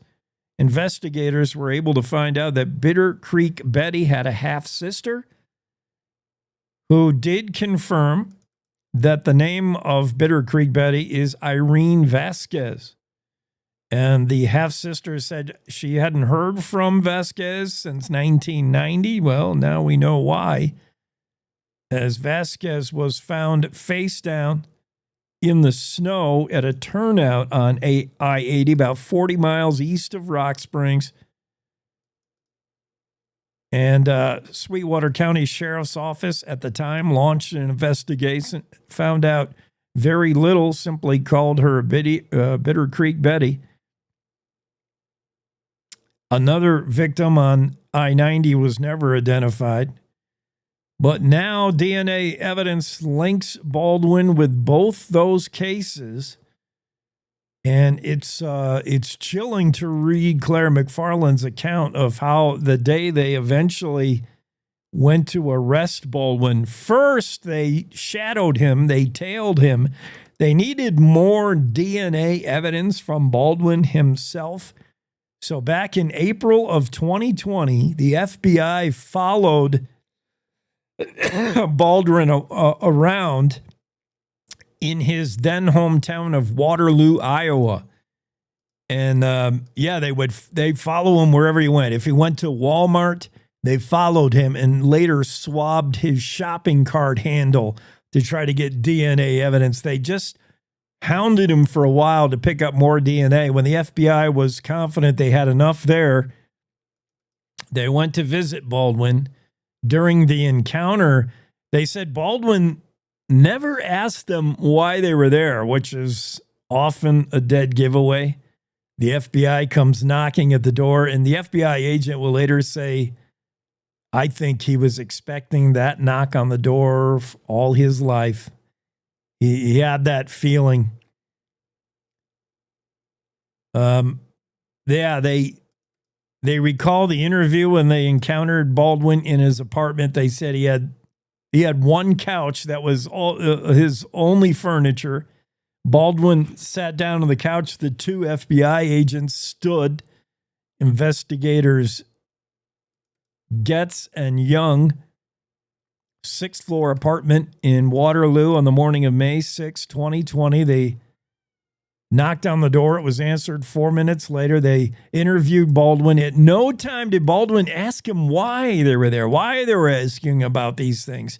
Finally, Baldwin admitted to having sex with one young lady he claimed was a prostitute, but he couldn't remember the encounter. He certainly didn't share any knowledge that he thought they were there for a murder. In fact, the FBI agent said he never asked why we were there. He knew he was talking to cold case investigators, yet he never asked why the entire time we were there. I think, Getz said, he was expecting that knock to come at some point in his life. That knock and that investigation led to a conviction of murder in Tennessee, and it opened the way for now two murder cases, at least at the minimum, that Baldwin's linked with that happened in Wyoming. And Baldwin is on his way, extradited back to Wyoming to face these two charges. We'll stay on the story. Claire McFarland will stay on this story and see whether Baldwin, an accused serial killer truck driver from Tennessee, is convicted on these two murder cases from the early 90s in Wyoming that have gone unsolved until now. And maybe more, because whenever you hear about stories like this, you think of still cold cases of missing women that have never been solved. Amy Rowe Bechtel, top of the list. Was it this guy, this trucker? This day in history, that's a rough segue to go from that story to this day in history. You might need a little break before that. How about we rodeo, and then we'll pick up this day in history, May 6th. A little bit of rodeo from the Western Ag Network. Will, how you doing? It's the Rodeo Roadshow on the Western Ag Network. Hi, everybody. I'm Will Rasmussen. Today, 9-time qualifier to the National Finals Rodeo in Las Vegas, Tilden Hooper from Carthage, Texas, talks about his victory in Clovis, California on a horse named Virgil, a Hall of Fame horse from C5 Rodeo Company. He'll have some thoughts on the great Virgil when we come back. Meet your new ally in the battle against weeds. Cohort is a next-level adjuvant designed to strengthen herbicides requiring an AMS. As the ultimate companion for post-emergence applications, Cohort helps herbicides produce faster, more complete weed control while ensuring consistent and effective performance. Trade in your dry AMS bag this season for multiple technologies in one convenient liquid. Contact your local Helena representative or authorized dealer for more information about Cohort. Always read and follow label instructions and check registration status before use. This branding season, let Western Ranch Supply lend a helping hand with one of our popular cap tables. We carry a full selection from industry leaders like Foremost, Filson, Cow Country, Rupp, and the new hydraulic MJE table. From traditional to hydraulic, these cap tables are tough and durable, not to mention easy to use for operators and safe for your calves. Stop by our stores in Billings or Great Falls or visit westernranchsupply.com. Western Ranch Supply, your branding headquarters. There's been some, I think the world record, you held the world record, by the way, in the bareback riding a while back, but I think the world record is set on that gray horse. What makes... Yeah, I think it was Rocker Steiner there at Darby at the Riggin Rally there in Darby, Montana. I think. Yeah, no, that horse has been. I mean, shoot, he's got a lot of high scores. You know, I mean, I've just myself personally, I've been, 90, 91, 92, 90 and a half. Just he's a 90 pointer. And if I would have, at Clovis, there's the opportunity to be 90. I mean, I felt like I matched him jump for jump. If I'd ever got way ahead of him and been able to show off a little bit, there's your 90 points right there. He definitely, though, that's a different trip, that I had at Clovis than the one where it's when he gets up in the air, it's a big time bucking horse, but he gives you time to spur. When he's moving forward like that, if you get too far out of him, he's going to throw you out of there. Tilden Hooper from Carthage, Texas, a former Resistol Rookie of the Year, a 9-time qualifier to the NFR, and the 37-year-old is number 16 in the world standings of the bareback riding. On the Rodeo Roadshow, I'm Will Rasmussen on the Western Ag Network. Cowboy State Daily is all about Wyoming. All it takes is one visit, cowboystatedaily.com. Yeah, let's check out this day in history. May 6th, I said earlier, today's not a terribly significant day. Not much happened on this day in history other than the birthday of Casper, which we'll get to. First, yesterday we talked to you about Sitting Bull and his escape from U.S. persecution. Crossed over into the border into Canada on this day in history yesterday. And then it was this day in history, a day later, 1877, that Sitting Bull, who led 1,500 of his followers into Canada, it was this day he officially asked protection from the Queen. I imagine the Queen of England, right? Where Canada... What's this cat doing over here? I'm distracted. Those of you on radio, I'm constantly distracted by this studio cat known as Sharkbait. Sitting Bull would ask the Queen for protection on this day, 1877. Happy Birthday, Casper incorporated this day in 1889. I have a photo here that I'm looking at of early Casper, 1893, and it's hard to believe Casper grew into what it is today from this photo of Casper in 1893. If you can use your imagination with me on radio or on the podcast, if you're playing back the podcast on demand, Casper was just like a muddy Main Street, really muddy, and a few outbuildings and not a whole lot more. And you look at it today, wow. Happy birthday, Casper. This day, 1889. You made something of yourself. 1909 on this day, Nathaniel Seymour Thomas was consecrated Bishop of Wyoming. It was the first time in history Wyoming had a bishop of its own, 1909. May 6th, 1978. Special session of the legislature concludes. The legislature had failed to adopt a budget during the regular budget session and had to have an emergency special meeting in order to keep the state moving along. 1987 this day, Parco Historic District in Sinclair is added to the National Register of Historic Places. And on this day in 1995, the USNS Laramie, a replenishment oiler, was launched. Well, yeah, all these things happen on this day, May 6th. Let's take a quick break, final break of the show, and we'll be right back for the home stretch on the Cowboy State Daily Show with Jake. Wyoming is the Cowboy State. From corner to corner, there are so many stories to be told, and more cowboys and cowgirls are turning to the Cowboy State Daily News team to keep them in touch with what's happening both locally and in other parts of Wyoming. I'm Riley Strand, videographer and production assistant for Cowboy State Daily Video News. We're proud to bring the most important stories to our viewers every day. The stories that start conversations, the stories that make us laugh, the stories that make us think. Our experienced journalists at Cowboy State Daily are crisscrossing the state every day, talking to those who know the news best. Every day, host Wendy Core and I talk to the reporters who are covering the topics, issues, and people that are important to Wyomingites. And in our daily newscast, we bring you those stories. Tune into the Cowboy State Daily Video Newscast every morning, only on CowboyStateDaily.com. You're listening to the Cowboy State Daily Radio Network.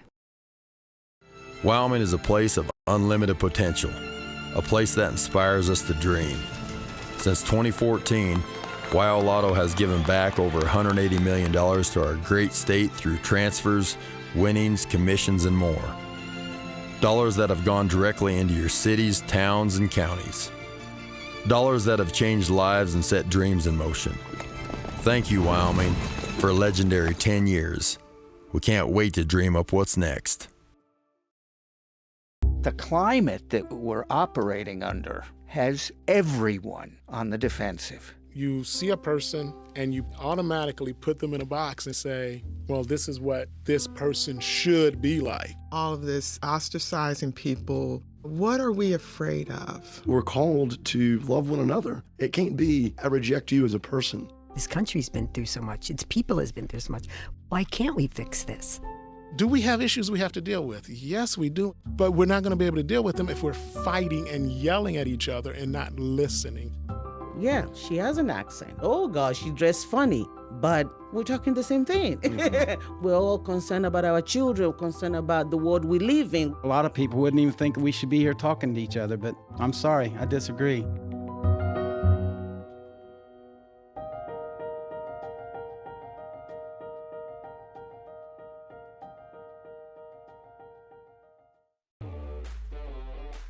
Year after year, we continue to serve new neighbors across our state. For over 40 years, our trust and wealth management services have grown our roots in Casper. And now we're excited to have offices in 3 Wyoming cities. We're here to help you achieve your financial goals and provide the kind of service that you expect from a Wyoming business. Because at Hilltop Bank, community means Wyoming.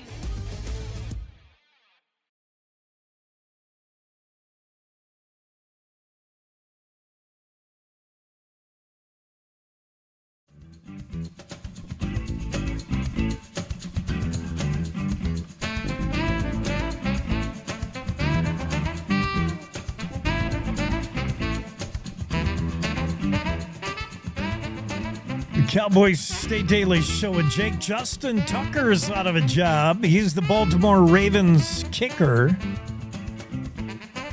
The 35-year-old is a 7-time Pro Bowler, 5-time All-Pro, considered one of the most successful kickers of our time. But Justin Tucker has been accused of sexual misconduct by not one, not two, but several massage therapists. It seems his MO is going in for a massage and looking for a happy ending, so to speak. He's not been officially charged, but the NFL, National Football League, is who he works for. In addition to the Baltimore Ravens, the NFL said they're conducting their own internal investigation. The heat is on, and the Me Too movement has caught Justin Tucker, it looks like, or caught up with him, enough so that the Baltimore Ravens announced yesterday they were releasing him from his contract over sexual misconduct allegations. Justin Tucker, the kicker of the Ravens, now out of a job. Skype is shutting down. How weird. Sometimes things don't work out in big corporate mergers. Sometimes these CEOs, these big corporate decision makers, maybe don't know what they're doing. Microsoft bought Skype 14 years ago for $8.5 billion. and now it's over. I don't know what they got from their money, but Microsoft announced earlier in the year, and finally it's, I think they're officially pulling the plug on Skype. Skype is, of course, the visual phone call. It's pretty much the brother or sister of FaceTime, and the popularity of FaceTime, so much so that I think it's taken a lot of business from Skype. And Skype was in a downward spiral until finally now Microsoft, who, boy, if you're the one who invented Skype and then sold out to Microsoft, you got to be thinking, thank goodness you sold for $8.5 billion. Microsoft bought Skype 14 years ago, and now Microsoft said it was a good run, but they're going to pull the plug on it. No more Skype. They've been losing users for the last few years, going from about 40 million in March of 2020 to 36 million users by February of 23. Many Skype fans saddened by the news, but they saw it coming. It calls to mind other major platforms and things like video stuff that has fallen by the wayside. Remember Vine? Vine was all the rage in like the mid 20-teens, 2012 to 2017. Vine's whole thing was it was short burst video, like 6 seconds max, that would play on a loop. And, for a while, the short form video hosting platform was all the rage. Vine, Vine. But yeah, no more. 4 months after Vine was started and received such viral popularity, it was bought by Twitter for $30 million. Where is it today? Gone. Although some of the technology behind what is or what was Vine, the ability to shoot and post and share a 6-second video clip, some of that tech maybe was incorporated into Twitter, now known as X. But for the most part, that video platform, Vine, for $30 million purchase is now gone. There's been other stories of tech stuff and things that we no longer use. Maybe we'll no longer be using Newark Airport. We're still seeing aftermath, fallout of the air traffic controller. This is going back to Friday, when an unnamed air traffic controller, during an interview with MSNBC correspondent Tom Costello, the air traffic controller admitted, which is pretty rare, he said, "I would not fly into Newark right now. It's not safe. I would avoid Newark at all costs," this air traffic controller said. It's rare to see somebody from the industry break ranks, so to speak, and talk down on air traffic controllers, but the situation apparently is bad. The FFA admits that the Newark Airport is not the only one, but certainly being plagued by delays and all kinds of flight problems because of a shortage of air traffic controllers.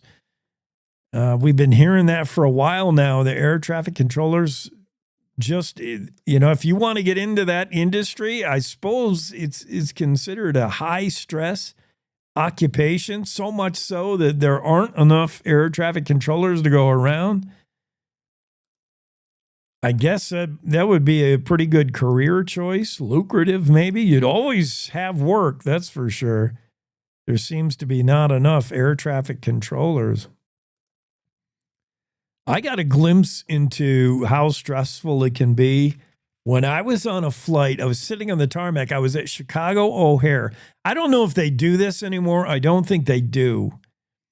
But at that time, this is going back a few years, there was an option, in addition to watching, a movie or TV on your seat at your seat on the screen, there was an option to listen in to air traffic control, which I took advantage of. And I bet they've discontinued this now, because here's what I heard when I listened.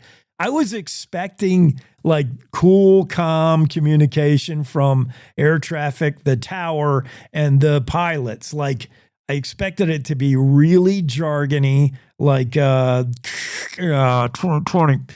Wait, do I have radio effects? No, that's a robot. I was expecting like I don't have anything good that would be just real Flight 207, you're clear on runway 19. Just real dispassionate, professional, jargony correspondence. What I heard though was way different. I heard I'll never forget it. The guy at the tower, the air traffic controller, yelling at a FedEx plane and calling him out, not by his tail number, but saying, you FedEx, I told you to wait in line. What are you doing? You're right out. He's like, you've nosed right out onto the runway. If you don't get out of the way, I'm going to put you in the back of the line. That's what I heard. This air traffic controller yelling at a FedEx flight, yelling at the pilot and I'm thinking, boy, that does not sound safe. You got a FedEx pilot who's right out of the run. He's like, I told you to wait there, and now your nose is sticking out on the runway. If you don't get out of the back up, I didn't even know planes could back up. He goes, if you don't get out of the way, I'm going to put you back of the line. Which at O'Hare, you might be behind 20 planes at that point. And I'll never forget, like this this tower guy yelling at a pilot to get out the way. So that's air traffic control today. That's like, and that was at O'Hare. So you imagine Newark is just people, New York City guys yelling at each other. Hey, Delta 100. Get out of the way. It's Teacher Appreciation Day. It's actually Teacher Appreciation Week. So hug a teacher today. If you do anything at all. We talked about a lot, but we are out of time. The Cowboy State Daily Show with Jake. We'll pick it up again tomorrow, Wednesday. For now, have a great Tuesday. We'll see you again tomorrow.